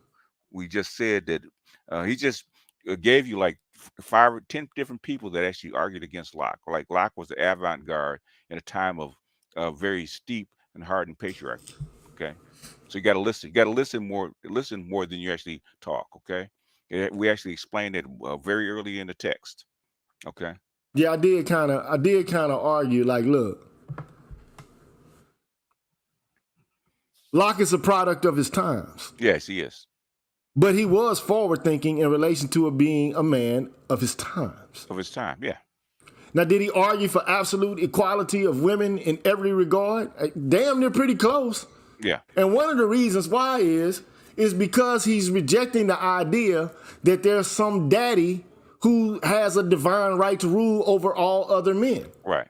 And if it is the case with men, and he believes that women, have dominion with men, and he says this in the first treatise, he says it. Right. If it's the case that you don't want to be controlled by some fucking parental figure in government like a king, then why would you think that you're the fucking king in your own home and that you can subject somebody else, to absolute autocracy, right, and that they have no ability to enter back into a state of nature and to do what's best for themselves and to fend for themselves? I asked Doc to do this because that's a precursor to where we are now. Because Locke was way ahead of his time as far as even suggesting this, right? That women do have some kind of say-so in their affairs, their rights, their marriage, and their children. He's way ahead of his time. But I think the problem that we have today, though, is that like they have all the say-so now. Yeah, it's an overcorrection. It's overcorrection, yeah. It's an overcorrection. Because now, think about it. She can leave the contract and you don't have access to the kids. So if it's only 2 people who can beget children together, it ain't 3 motherfuckers. Like, you can't have a baby with 3 people. Unless you got twins and almost, some strange shit like that happens. Well, it's you, her, and the state, but yeah. But I mean, you get what I'm saying. Like, it takes two to tango, and it takes 2 to reproduce. Okay, sperm and the ovum. Okay, if the man doesn't have dominion over the kid, then the woman does. I don't see what's fair about women having absolute control over the dominion of children any more than men. What's unfair is that in the old patriarchal law, men had dominion over their children, but they're also women were actually absolved from the maintenance and upkeep of their children if they were separated. Okay, men had total control, but they also had total responsibility. Okay, nowadays men have no control, but they still have responsibility. That's the issue that men are having. Okay, if women have dominion over the children, let's say that's the same way that the patriarchy had dominion over the children, then all the responsibilities, upkeep, in maintenance of a child is directly on her and not on the man. The man should be able to walk free. Said, okay, you walk away with nothing. You have no responsibility or rights to your kids. Go forth and go someplace else. Right? Contract's broken. You're no longer obligated. But the thing is, men are still obligated to that woman and that child long after the contract has been broken. That's what men have a problem with. And I want to answer this question where Go ahead. Moneycast says, I think the Enlightenment thinkers had an agenda of the usurpation of the Judeo-Christian ethos, and Western society is paying for that, and we dare not go down that same road, but what do I know? Well, I don't think that they had, to be quite honest, I don't think that's accurate, and here's the reason why. I think they wanted to separate the Christian ethos from government and the right to rule over other men. Right. I don't think they wanted to get rid of the ethos. They just didn't want the ethos to be utilized in service of one man, right, making decisions and having the capacity to do whatever the fuck he wanted to any of his subjects. Yeah. Because, I mean, you got to think. I mean, a king can behead your ass. Yes. And he doesn't have to have a warrant. He doesn't have to have, I mean, he is the jury. He is the judge, the jury, and the executioner. He can do whatever the fuck he wants. Right. And these guys are saying, wait a minute. This shit here is not working. Yeah. I mean, ever since the Magna Carta, you know, men have been, you know, like resisting. And there were a whole bunch of inconsistencies and injustices being enacted by these so-called autocrats. Right. I mean, even the Pope, like, say, for example, the selling of indulgences and shit like that. Like, okay, well, divorce is illegal. But for a small fee, you can pay to divorce your wife. Just give us about 20 bands and we'll go ahead and let you divorce your wife and you can get with another lady. Yep. So, you know, there were people who were like, you know, and this is why you had the Protestant Reformation. And you had like Martin Luther resist against the Roman Catholic Church. Like, okay, like people can use religion to justify the most non-virtuous kind of actions. I mean, the most vicious actions can be supported by making reference to your authority related to religious. You can wipe out a whole people on just by a religious declaration or a religious thought. Islam did it. Christianity did it. All kinds of religions actually have done it. That went to wipe out whole peoples. You know? And he says, Cash Money then goes on to say, well, okay, why not just replace the monarchy with the democracy that had been around since the Greeks? Democracy the Greeks actually practice is not the same kind of democracy that's practiced now. Okay, and then we have the reason they actually replace democracy with a republic, which is representative to actually get rid of mob rule. In other words, say if you have a one man, one vote, and they decided to say kill all black people one day, right? Because the majority say kill all black people. Okay, the black people don't have any rights. Okay, because the majority says Native Americans, black people, Asians need to be wiped out. Saw that in Nazi Germany. Well, okay. I don't want to go all deep into that, because it's taking us off the path, But I mean, the separation of the church and state is something that the Enlightenment thinkers, and the founding fathers. They wanted to get the corruption of the church outside and separate it from law, because the church and law was actually combined together, and so the ills of the church could actually bleed over into law. So they wanted to separate church and state because of the vagaries like the Spanish Inquisition and stuff like that had leaked into the society and caused all kinds of problems and ills. So they wanted to separate the two, just kind of have a balance, because church deals with emotions and waves and stuff like that. What if that takes over? That's how come they wanted to found the United States on the rule of law instead of the rule of the mob or the rule of the church, of religion. But anyway, Yeah. we're not going to argue that money cash. That's like money cash. You're doing exactly what happened while you got blocked. Okay, this is not the text. It's not the time for it. Okay. Yeah, but I mean, I get, but I wanted to answer it Go because ahead. I mean, at the end of the day, Mm-hmm. you got the First Amendment, man. The First Amendment basically says the Congress should make no law respecting an establishment of religion or prohibiting the exercise of free speech. Right. Okay? You got the Establishment Clause and the Free Exercise Clause. And you got the separation of the church and state doctrine. Okay? So, look, we don't want a lot of these people believe that, religion is a form of free expression. Mm-hmm. You can't tell me, you can't mandate what kind of religious viewpoint I'm supposed to have, especially if you got a pluralistic culture in which you got Anglicans, Protestants, Calvinists, Catholics. I mean, who the fuck is going to decide who is who? Who is the one that has the right doctrine? I mean, this kind of shit has always been, extant in various cultures all throughout history. Okay. Mm-hmm. You had the Egyptians going as far back as the Amenhotep, who eventually became an Akhenaten. Mm-hmm. Okay, if I'm right. No, that's not. Akhenaten, what was he at first? I forget what his name was at first. what I can't pharaoh he was. who Akhenaten. But the whole point is, Go ahead.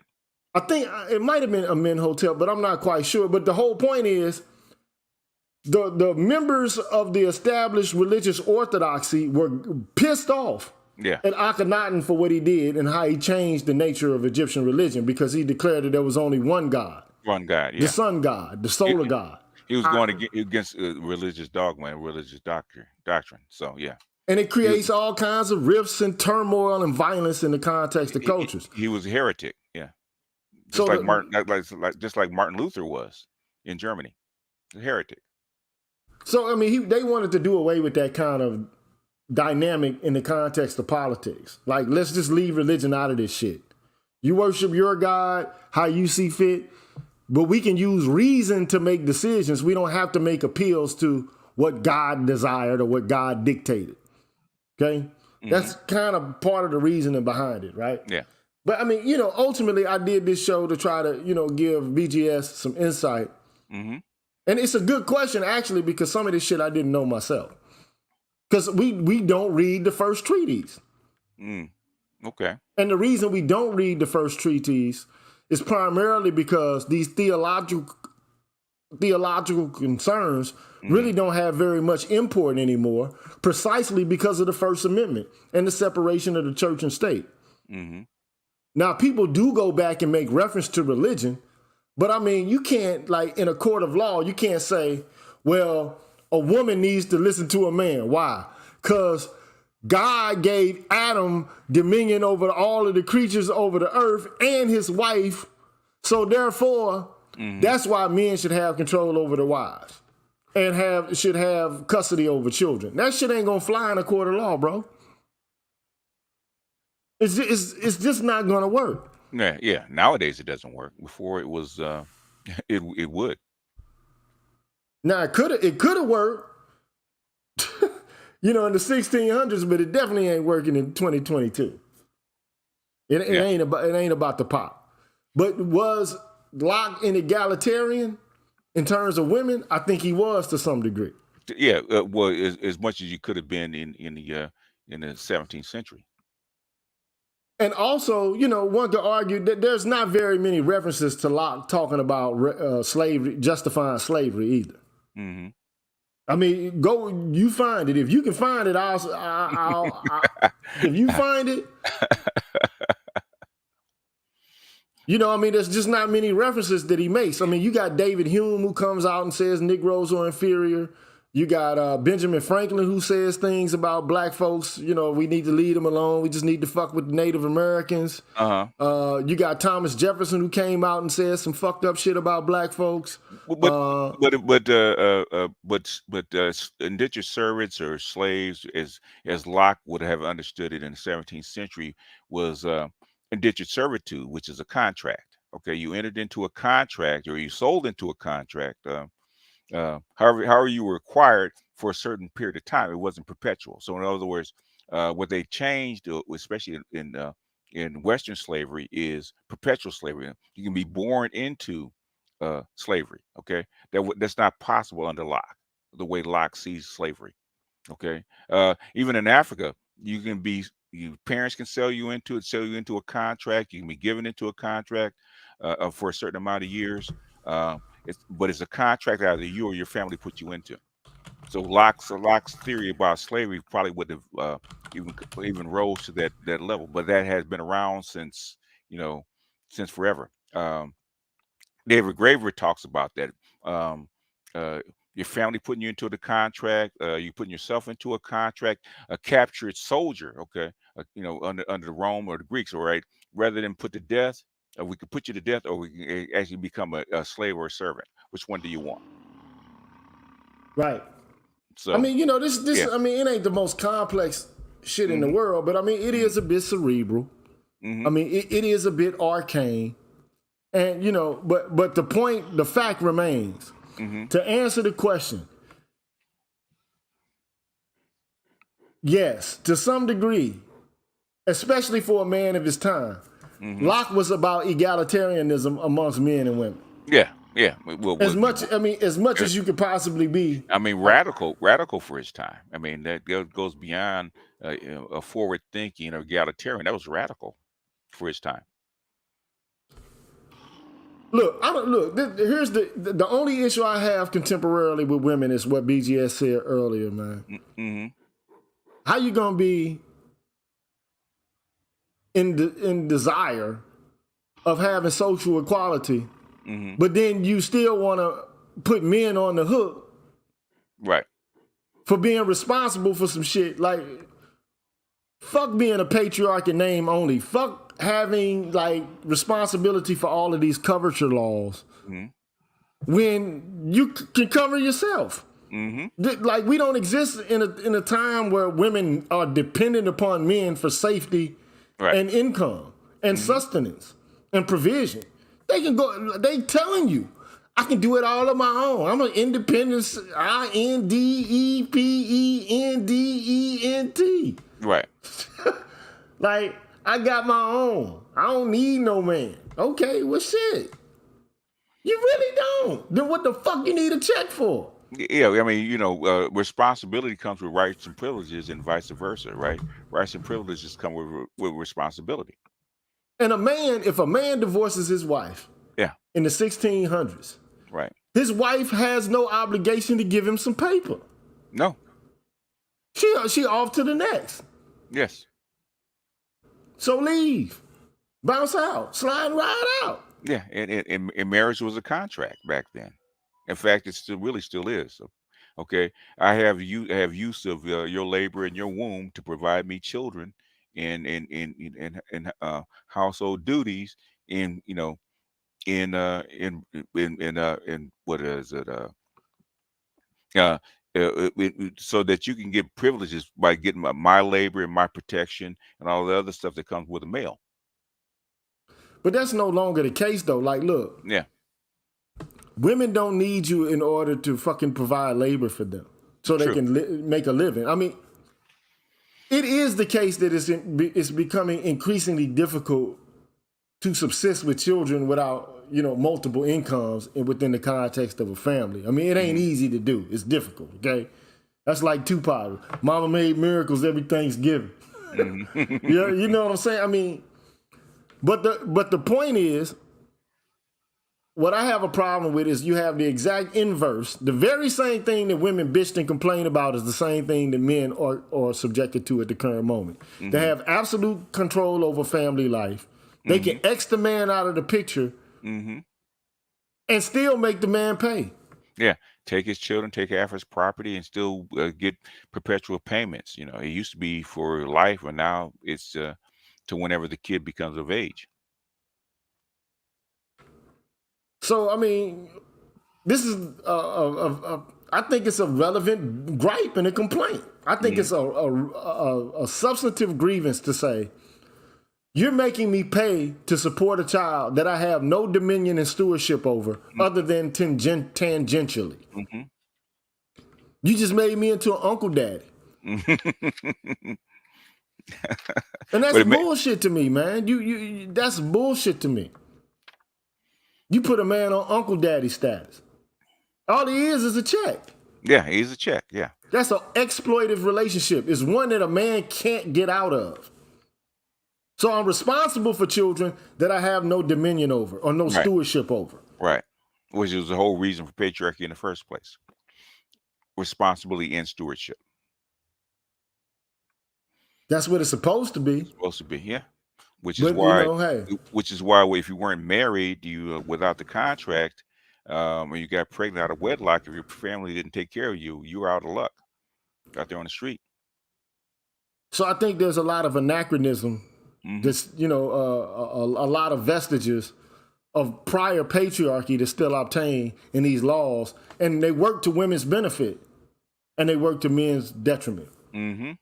And until men desire for it to change, it will not change. Yeah, yeah. Well, that's part of the training and part of the I would say the socialization, where we still accept that, and we still hear it here.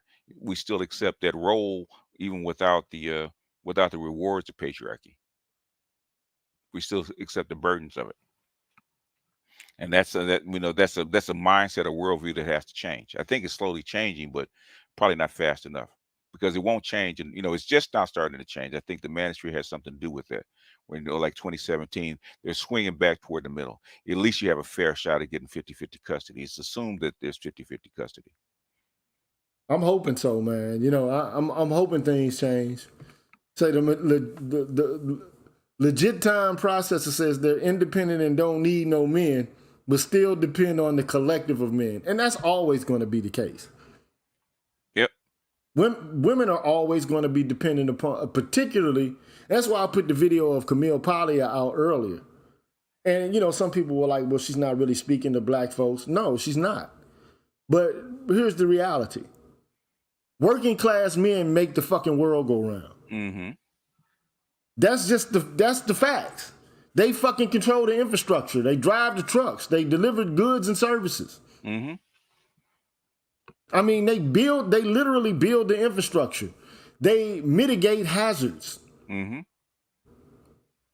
This is what men do. They risk their lives so that others can be safe. They create the circumstances in which everyone can achieve whatever it is that they desire to achieve in the so-called free world. Yeah, they built the infrastructure that everything sits on.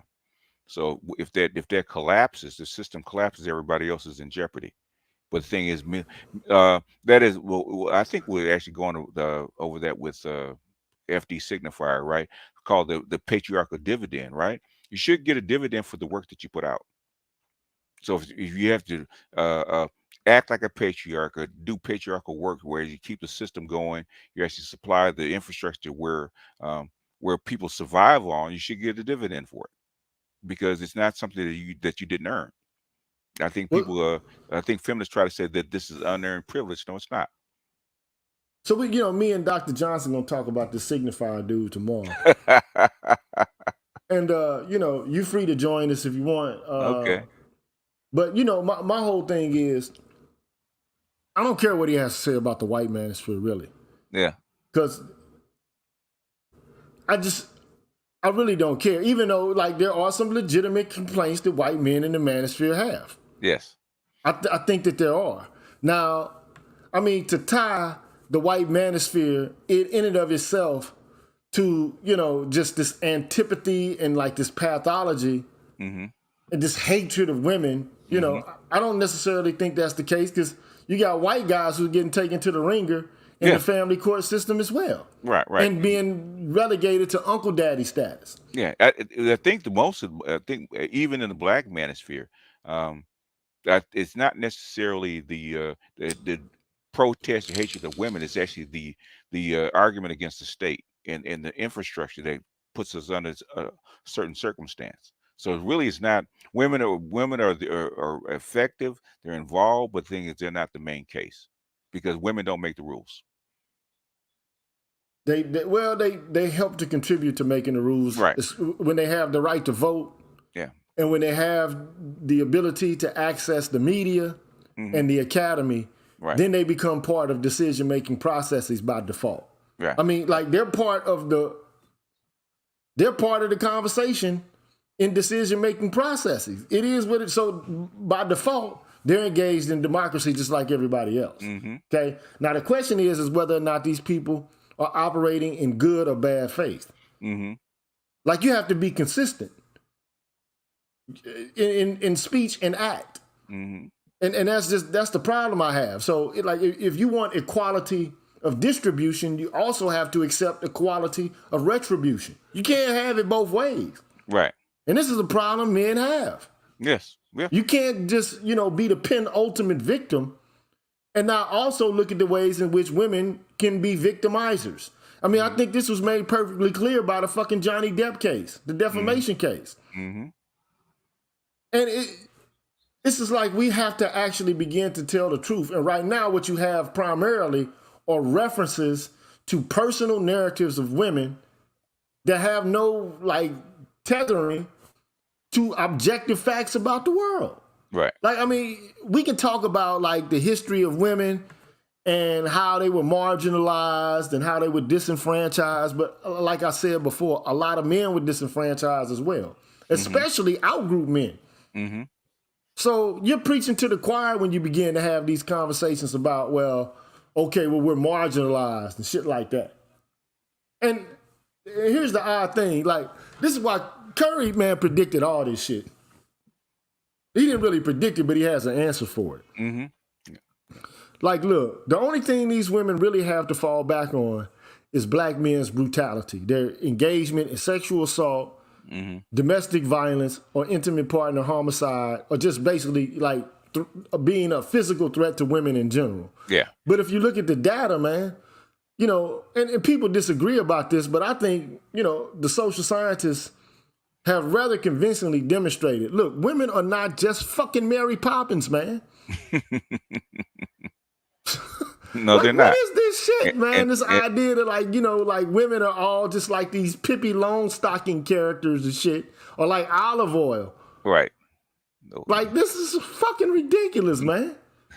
What is it? The perils of Pauline? The damsel in constant distress. I'm look, do women get subjected to violence from men? Yes. No one is going to assert the contrary, who has any fucking common sense and can look at the world for what it is. But also, you have to admit, women are out here doing some fucked up shit, bro. They're not just there's not just these fucking, docile, passive, perfectly virtuous creatures. They're human beings, man. They could be equally vicious or virtuous as anybody else. Yeah, even we know that about children. Children are supposed to be these angelic creatures, but they're not. They can be just as vicious and mean and obstinate as anybody else, as any adult. But that we give them a pass because they haven't fully developed. But they can be all of those things. Human beings can be all of those things, and women are no different. In fact, so what you have now is a lot of men checking out and deciding to go their own way and being like, fuck it, I don't want to deal with the drama. And I can understand that given the climate that we exist in. It's dangerous to fuck. I was just having a conversation with you before we even got on air. It's like, shit, you tossing the dice nowadays. You really are. Because you're actually, your life in a relationship is pretty much predicated upon what the woman is willing to do or not do to you. Now, I mean, she could be a person. I mean, That's a precarious position to be in, man. Well, you put you're in a relationship with a woman, especially in marriage. We really putting she has the power of the state against you that she can exercise at any time for any reason. But men are going to say, well, no, that's really, a black feminist, male feminist is going to say, well, that's not really the case. Men have been privileged for years and, they've had it their way for years. And now there's this equity being put into play. Well, look, there cannot be equity when one person gets to control all and pull all the strings, to have all the control and pulls all the strings. Mm-hmm. There's no equity in that. This whole best interest of the child shit, it needs to be thrown out because it's a moral intuitionist argument that basically women are the best custodians of children. Right. Just because they got like breasts and they care more and shit. They have a natural affinity for their own children. I mean, yeah, some women do, but some women fucking kill their children. Yeah. Oh, yeah. Or the swaddling homes, where they sent the children to die if they couldn't take care of them. Even the abortion rules now. Okay, it's a moral argument. It's a moral argument that has no basis of fact, because you still require men and men's money to take care of the kids. But lastly, and I'll end on this. Mm-hmm. I don't have a problem with negative liberty, but I think when you start and you end with negative liberty, you do a disservice to what liberty is all about. I think, negative liberty, or a certain amount of it, is the pretext by which you can enjoy other kinds of liberty or things to bring about a better sense of well-being for yourself and the others around you. Like, I mean, if all that liberty consists in is somebody not being able to fuck with you or to tell you what to do, that's a very limited notion of what freedom actually, consists in. That's just my opinion, though. Negative liberty is not enough. And it's the difference between the liberty of the moderns and the liberty of the ancients. The liberty of the moderns is based upon voting and negative liberty. The liberty of the ancients was more about,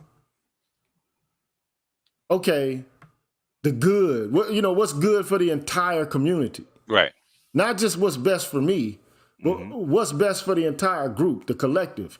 And it wasn't about voting as much as it was about the debate itself.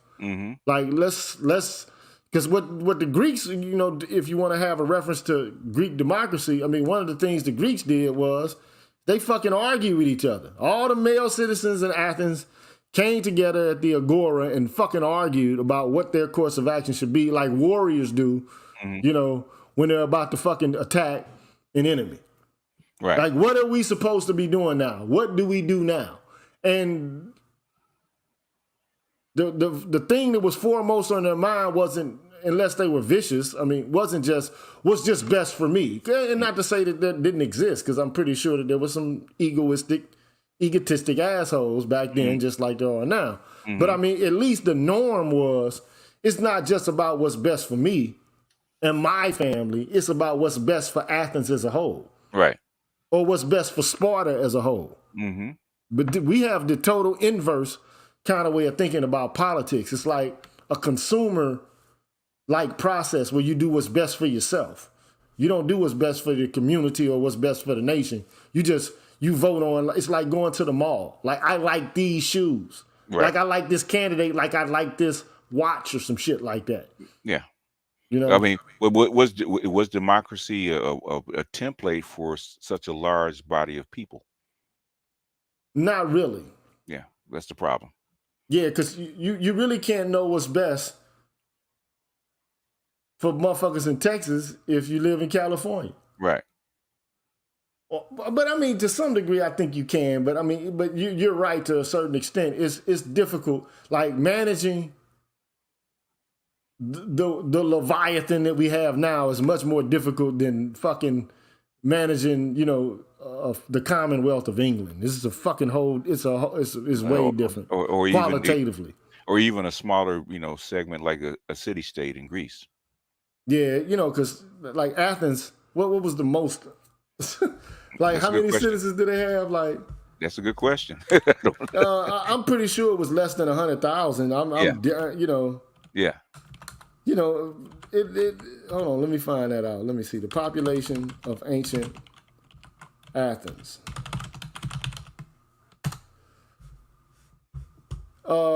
Between about 150, they say around 150,000 Athenians. So like I'm in the ballpark, right? Yeah. So you got 50,000 aliens, 100,000 slaves, and you got about 150,000 Athenians. Okay. Okay. And women don't vote. No. Now Sparta had a much smaller population, but they had about the same number of slaves. Okay. Okay. But it wasn't that big, man. I mean, 100,000 people, that's like a fucking small county in some, states, man. It is. It's much more manageable. And people, like, it's possible for all 150,000 citizens to have some awareness of who the others are, especially if they live in that one geographical location and have done so for all of their lives. Yeah, and they have connections, familiar connections with other families. Because think about this, how like the Barclays Center, how many motherfuckers can you fit in that? The Barclays Center, what is about inside? Probably about 40,000. It's about 20,000 people. 20,000, okay. Yeah. About 20,000 people, okay? That's a lot of motherfuckers, man. But you can become acquainted with 100,000 people way more effectively than you can. Right. With how many people live in LA? Oh, Jesus Christ! The city's right around 8 million, and the county's right around 10 and some change. That's a lot of motherfuckers, man. You get like Chicago or New York City. You can go in that city and never ever come across the same people again ever in life. Yeah. Much more difficult to do in a city where there's only 100,000 people. Yes. You're gonna run across the same people over and over again, especially if there's a place like say for example, there's a stadium, because you used to have what's the name of the fucking place where people assembled in Rome? Not Rome, but not Rome, but in Athens. Yeah, is it the Parthenon? I think it is. I don't know why I can't remember any of this shit. I guess because I'm becoming like no, it's not the Parthenon. It's something I'm not getting, man. But anyway, man. But the whole point is, it's easier to manage 100,000 people than it is to manage 10 million, and it damn sure is easy to manage 10 million than it is 300 million people. Well, I think it starts to lose continuity at 100,000, right? At 50,000. But the thing is, you're still in contact because someone knows that person, so you still have a connection, even though you don't know that person personally. You have a connection to that person through somebody else. Whereas when you get past like 100,000, you kind of lose that. Yeah. So I mean, that kind of consensus. Yeah. So, but you get what I'm saying. I mean, the Romans had the Colosseum. They didn't have fucking, the Greeks didn't have a stadium like the Romans did. But I mean, but the point is, they did have like focal events where people came to see parades and like religious festivals where people assembled together, kind of like people doing Mardi Gras. Where they watch parades go by and watch floats and people throw doubloons and beads and necklaces and shit like that. They had the same kind of shit in ancient Greece where it's called a focal practice. Okay. And you're going to have that, like, even like in a small town of 100,000 or so, they have like sweet corn and watermelon festivals or pumpkin festivals and shit like that, where people assemble together and they get to see each other. Yeah, right? fairs. Yeah. Right. So they had their little assemblies and shit like that, and they became acquainted with each other quite fucking well. Mm-hmm. You know what I'm saying? So it ain't that difficult to do with 100,000, but it's damn near impossible to do with 10 million. Oh yeah. So it's too impersonal. Like it's too impersonal, right? And there's no collectivity. Like in an American culture, it's like everybody going for the goddamn selves. It's like everybody's for Dolo. Yeah, with the vagaries of capitalism. Yeah, so it's a Dolo, man. Individualist culture that capitalism actually spawns, where that's the reason they had to actually implement socialism into the mix. Otherwise, it'll fell apart. But yeah, BGS, man, I think we exhausted this conversation. It's 2 hours long, man, and I think we at least answered the question because now we're in free flow right now. That's what Dr. Johnson would call drift. Yeah, we drifting now. Yeah, we in drift right now. Two damn Geminis, we'll drift all fucking night. But the thing is, where was it in this social contract? Because the reason I wanted Locke, because Locke is the one of the forerunners of the social contract, and he actually implemented this particular thing into the social contract, into the discourse about women and their rights, women in their rights as far as mothers and families and whatnot. Right? I hadn't seen that before. Yeah, well, go ahead. Well, people don't usually include him as a forerunner of women's rights, but I mean, I think conclusively, I mean, at least from the opinion of the author here, this Jeremy Waldron guy, this professor, I mean, he pretty much convincingly demonstrates to me that Locke was a forerunner as it pertains to, you know, allotting for or making a case for women to not be absolutely controlled by men, you know, who they're in interpersonal or intimate relationships with, just like the sovereign or the king doesn't have absolute control over the average citizen because everybody's born equal. Right. So, I mean, you can't argue that the king can't control you, but then you can do whatever the fuck you want to with your wife. I mean, as a natural extension, you can't argue. I mean, this kind of precedes. Well, I mean, you know, Kant comes later than Locke, but I mean, the whole point is, it's the golden rule, man. You can't ask for something to be applied only to you and it not be applicable to others. Right. Well, I want to be free, but fuck this bitch over here. Fuck, bitch, go make me a sandwich. I mean, it sounds crazy, but I mean, you know, but the problem though is the vestiges of all of these laws, you know, which did have men in a power position, and he still has the obligation to fulfill, you know, all of the requirements for sustenance and provision. Right. But he has no control. Like that's like an impotent patriarch. It is. Really, that's what it's come down to, a perverse patriarchy, or a perverse matriarchy, whichever you want. Women I've never heard anybody use the term impotent patriarchy. But that's well, write it down, sir. The impotent patriarch. That maybe that's what we're under right now. Impotent patriarchy. Write it down, sir. Time to do some thinking on it, man. Break some new ground here. The era of the impotent patriarch is here. We are now in the era of the impotent patriarch. Well, you know, black men have always been impotent in relation to controlling family life. Well, we've never been patriarchs, really. No, we're not patriarchs. And, I mean, look, tomorrow, Dr. Johnson and I are going to go back and forth. I have to go watch old boy's video more scrutinizingly. Okay. But I really don't want to have a conversation about white masculinity, toxicity. We got to talk about hegemony and shit like that. But I'm not quite sure that many of the intersectional scholars really understand hegemonic masculinity the way, because the person who came up with the whole concept of hegemonic masculinity was R.W.S. Connell, yeah. And it's clear.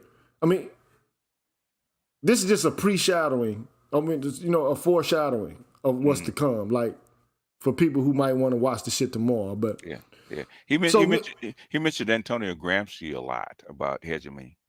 Well, he's the one that came up with the concept of hegemony. Mm-hmm. Okay. And here's the funny thing about hegemony, and even Gramsci is going to say this shit, right? Mm-hmm.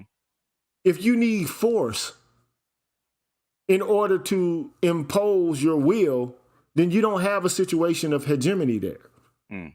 Okay, so like the whole concept of hegemony kind of is contradictory with the claims made by dominant feminists. Okay. And I think that there's a case that could be made that intersectionality, for the most part, is connected to dominant feminism. I mean, I think that's like, she even mentions fucking Catherine McKinnon is a dominant feminist. Andrea Dworkin is a dominant feminist. Okay, and they argue that men make a concerted effort in order to exert power and control over women through threats of physical violence, but through legal institutions and structures. Now, black men don't control any fucking structures or institutions in America. So the only thing that's left is, you know, what most of the women who are feminists, what they say, especially about black men, is that they try to make up for their lack of structural and institutional control through acts of violence against women in their immediate circumstances, right? But that's not what hegemony is all about. Hegemony is altogether different. If you have to use force and control, you don't have hegemony. Okay. Because hegemony requires people to accept domination through their own volition by use of narratives and scripts and discourses. You know what I'm saying? So it becomes quite natural, right, for you to be like, okay, well, this is my role. I'm going to be passive and do what the man says. Like, you don't need to fucking force a woman. And if you do have to force a woman to listen to what you have to say and to be under your complete authority and control, you do not have hegemony. You might have terroristic threat, but you don't have hegemony. And I think a lot of these people, don't really understand what hegemony is and really can't make it coordinate with dominant feminism. It just doesn't work. Because it would mean that like black women are actually docile and playing the feminine role, and they're fucking not. and they're not. Yeah, but Doc Johnson has his show rolling, and we're gonna let me go ahead and let him do what he got to do, man. We're gonna transition over, but so please support your scholar. Hit Gigi's Cash App. Well, wish him a happy birthday. Okay? Yeah, man. Wish me a happy birthday, goddammit. Wish him a happy birthday, man. Thank you. Shout out to all y'all who have supported me thus far. And shout out to the brother who just supported me. Jamfar777. He said, where did American hyper-individualism come from? What exactly is it built on? It's actually an extension of the social contract and Rousseau and Locke and all that kind of stuff. So if you go back and look at Gigi's videos about the social contract. A lot of that is where Gigi calls negative liberty actually came from. You're separating yourself from the right of kings of the old contract that you're actually under, where you actually individuals actually preferred or actually more accentuated. That's where it came from, especially in the in the American Declaration of Independence. Yeah, I mean, so it's a mix of things, like BGS was just saying. So first of all, it's the philosophy of the social contract tradition. It's capitalist industrialism. It's like, okay, well, I pick what is best for me, and the invisible hand creates like these optimal outcomes based upon what individuals do for themselves and desire for themselves, apart from looking out for what's good for the community or for the whole. Look, I'm not here right now today to make a case one way or the other. I'm just explaining what the fuck it is. So that's how it goes. I mean, it's food for, it's the seed. It's food for thought. People have to actually go back and do their own homework and make their own decisions, or with their own come to their own conclusions about what they think about the information, because it is, that's what the philosophy is about, coming to your own conclusion. It's just thought, you know. Yeah, but But the thing, know the facts though, you know, know the before you facts. make a decision. Notice where does this thought come from? That's what Gigi does. Where does thought come from? How is it applied? How is it changed over time? Because they all refer back to the same people. And shout But out to Ray Knowles, man. Shout out, bro. But yeah, we gonna keep talking, and you know how old folks, man, you was a Yeah. kid and shit, and old folks saying goodbye. We about to leave, and your ass be there 3 hours later and shit. Yeah, yeah, And they yeah. standing outside on the porch and shit. Oh yeah, you're still talking. Yep. All right, y'all, man. Have a good one, man. I was All glad to right. be able to do this today. Like I said, it was cerebral, and thank you, BGS, for coming. And I'll holler at y'all on the next one, man. All right, y'all. We out. We out, man. Peace. I put the link to Doc Johnson's video, so if you guys still want to rock out, transition over there. Yeah, for sure. All right. Well, peace out, y'all, man. I'll holler at peace out. y'all, man. Peace.